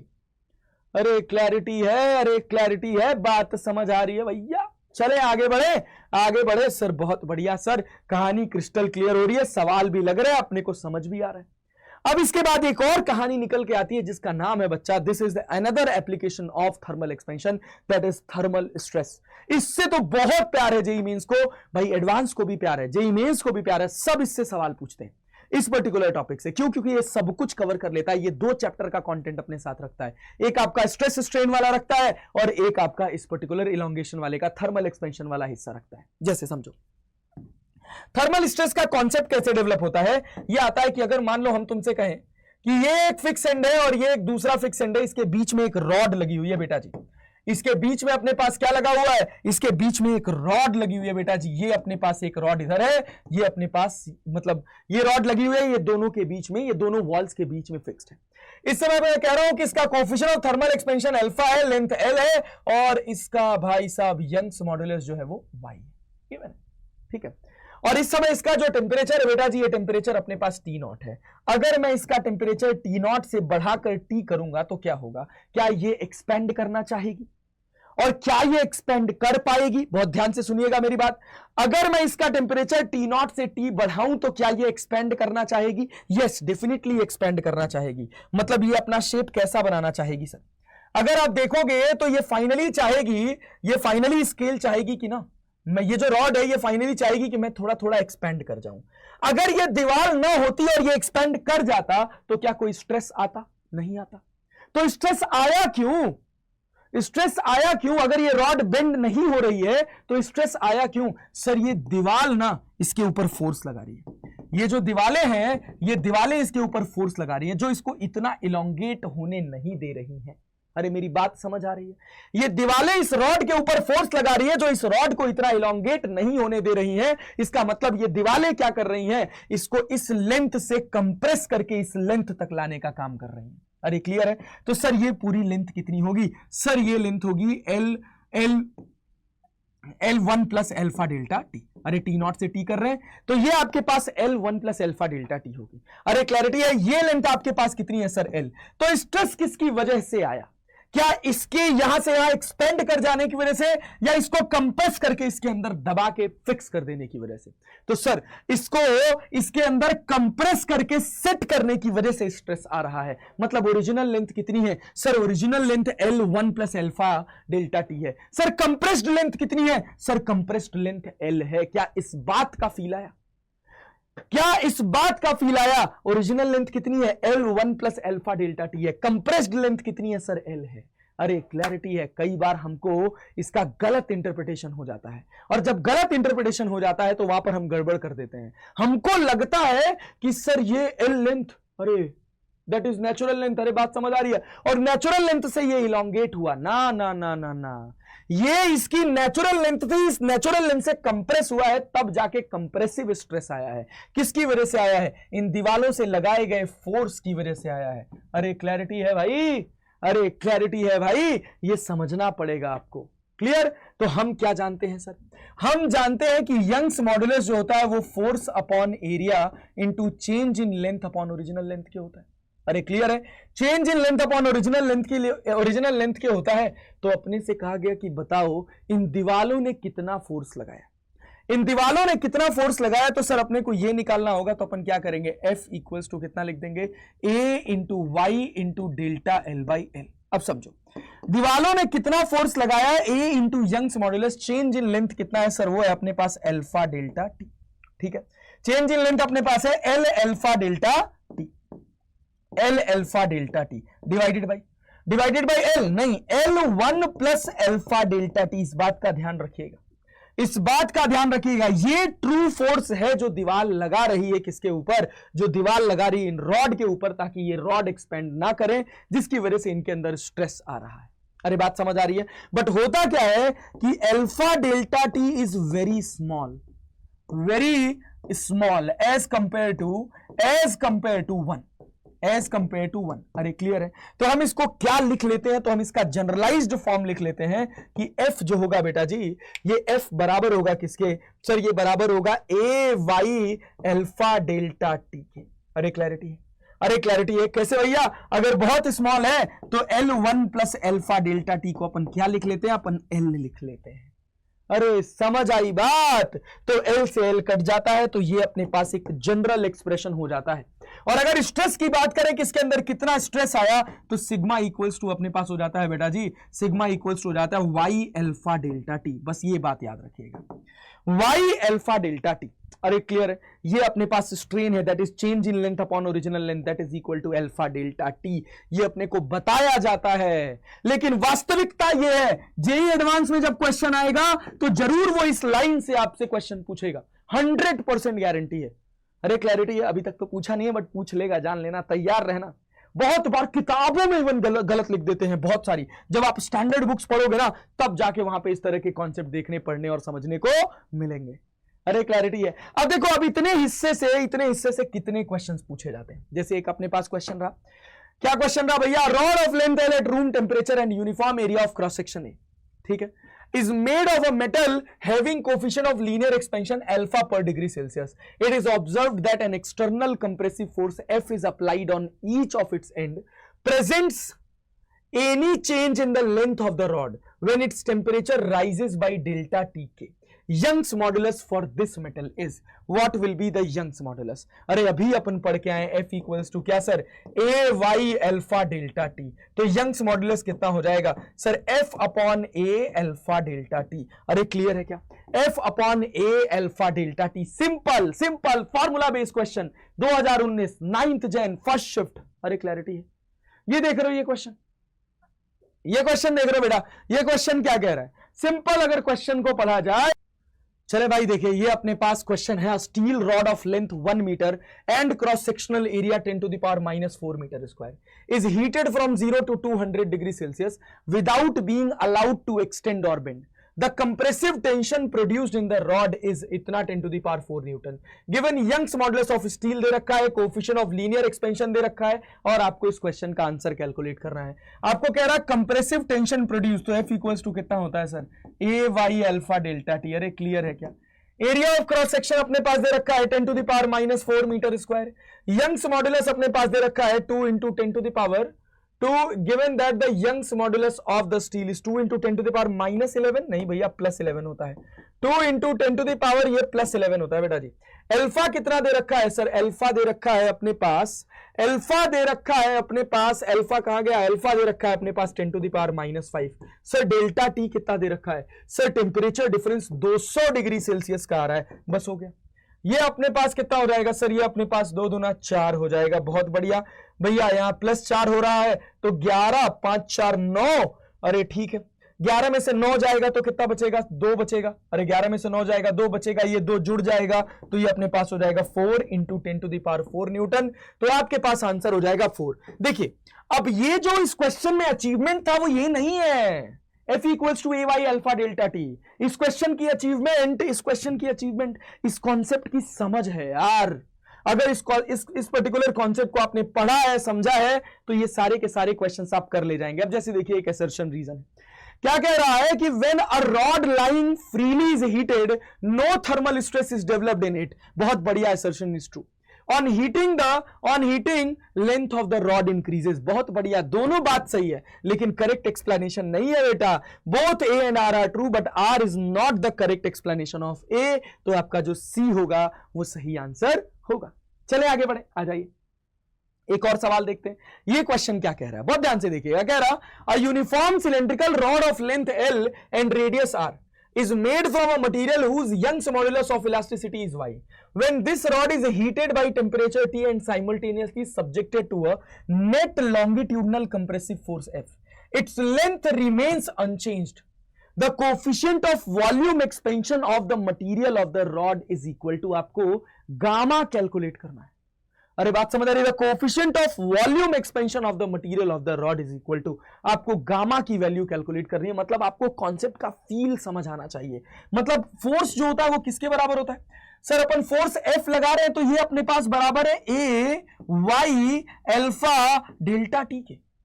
अरे बात समझ रहे हो, देखो ये कह रहा कि ये रॉड जो है ना, इसमें कोई लॉन्गिट्यूडनल कंप्रेसिव फोर्स F आ रहा है जिसकी वजह से इसकी लेंथ में कोई चेंज नहीं हो रहा है। मतलब क्या है, मतलब ये कॉन्सेप्ट है कि जितना ये बढ़ना चाह रहा था, जितना ये बढ़ना चाह रहा था उसको उतना बढ़ने नहीं दिया गया, इसकी वजह से इसके अंदर स्ट्रेस आया। अगर इस लाइन का आपको फील होगा ना, तब जाके आपको गेम समझ आएगा। मतलब इसको कंपेयर किया जाए तो हम कहेंगे कि एक अपने पास रॉड हो L1 plus alpha delta T length की, जिसमें alpha delta L alpha delta T length का कंप्रेशन दिया जाए, तो जो स्ट्रेस आएगा that stress is compressive force. और उस स्ट्रेस को प्रोड्यूस करने के लिए जो फोर्स लगाने की जरूरत पड़ेगी, वो फोर्स ये दीवारें लगा रही हैं। अगर इस कॉन्सेप्ट की समझ आपको है बेटा जी, तो फिर ये जितने भी क्वेश्चन है ना थर्मल स्ट्रेस के, ये सारे के सारे क्वेश्चंस आप चुटकियों में सॉल्व कर ले जाओगे। कोई समस्या नहीं होगी, कोई परेशानी नहीं होगी। क्या मेरी बात समझ आ रही है आपको? देखो अब क्या हो गया, F equals to A Y alpha delta T, लेकिन आपसे पूछ रहा है गामा बताओ कितना होगा, तो हम कह रहे हैं ए है वाई है, अल्फा इक्वल्स टू कितना होता है sir, gamma by 3 delta T होता है। तो सर गामा इक्वल्स टू हो जाएगा 3F upon A Y delta T. अरे कोई ऑप्शन है क्या? अरे कोई ऑप्शन है क्या? कोई ऑप्शन है क्या? Yes sir, 3F upon A Y delta T area pi R square. अरे देख रहे हो क्या, वन लाइनर क्वेश्चंस हैं, और ये वन लाइनर होने का कारण क्या है ये समझ, ये आसान नहीं है, ये अच्छे क्वेश्चंस हैं। इनको आसान क्वेश्चंस की कैटेगरी में नहीं रखा जाता है जब तक आपको कॉन्सेप्ट का अच्छा फील नहीं होगा। आप इस तरह के क्वेश्चंस लगाए नहीं रहोगे तो आपके लिए क्वेश्चन लगेगा अरे भाई साहब स्ट्रेस का भी सवाल इसी में पूछ लिया। अरे ठीक है, बात समझ आ रही है, तो थोड़ा सा क्वेश्चंस को रिलेटेबल बनाना है, उनको पढ़ना है, समझना है, और क्वेश्चंस ढंग से सॉल्व करने हैं, समझ डेवलप करनी है, ताकि हम अपने जेईई मेंस में कम से कम 20 क्वेश्चन मार सके इस संजीवनी और अपने बैच के दम पे। अरे क्लैरिटी है, चलो भाई बहुत बढ़िया। इसके बाद इसमें एक दो क्वेश्चंस और होंगे, नहीं है क्या, मैंने छोड़ नहीं रखा? अच्छा ओके, चलिए अब इसके बाद अगला हिस्सा जो है expansion in liquids and calorimetry, इस पर्टिकुलर हिस्से को हम अपनी संजीवनी के दूसरे पार्ट में रखेंगे। तब तक मन लगाकर पढ़ते रहिए। धन्यवाद सर। ठीक है, चलो भाई बने रहेंगे, मन लगा के मेहनत करेंगे, तब तक मेहनत करेंगे जब तक सिलेक्शन नहीं हो जाएगा, और तभी इस मेहनत का जाकर फल आपको प्राप्त होगा। ठीक है, चलो भाई बाय, गुड नाइट।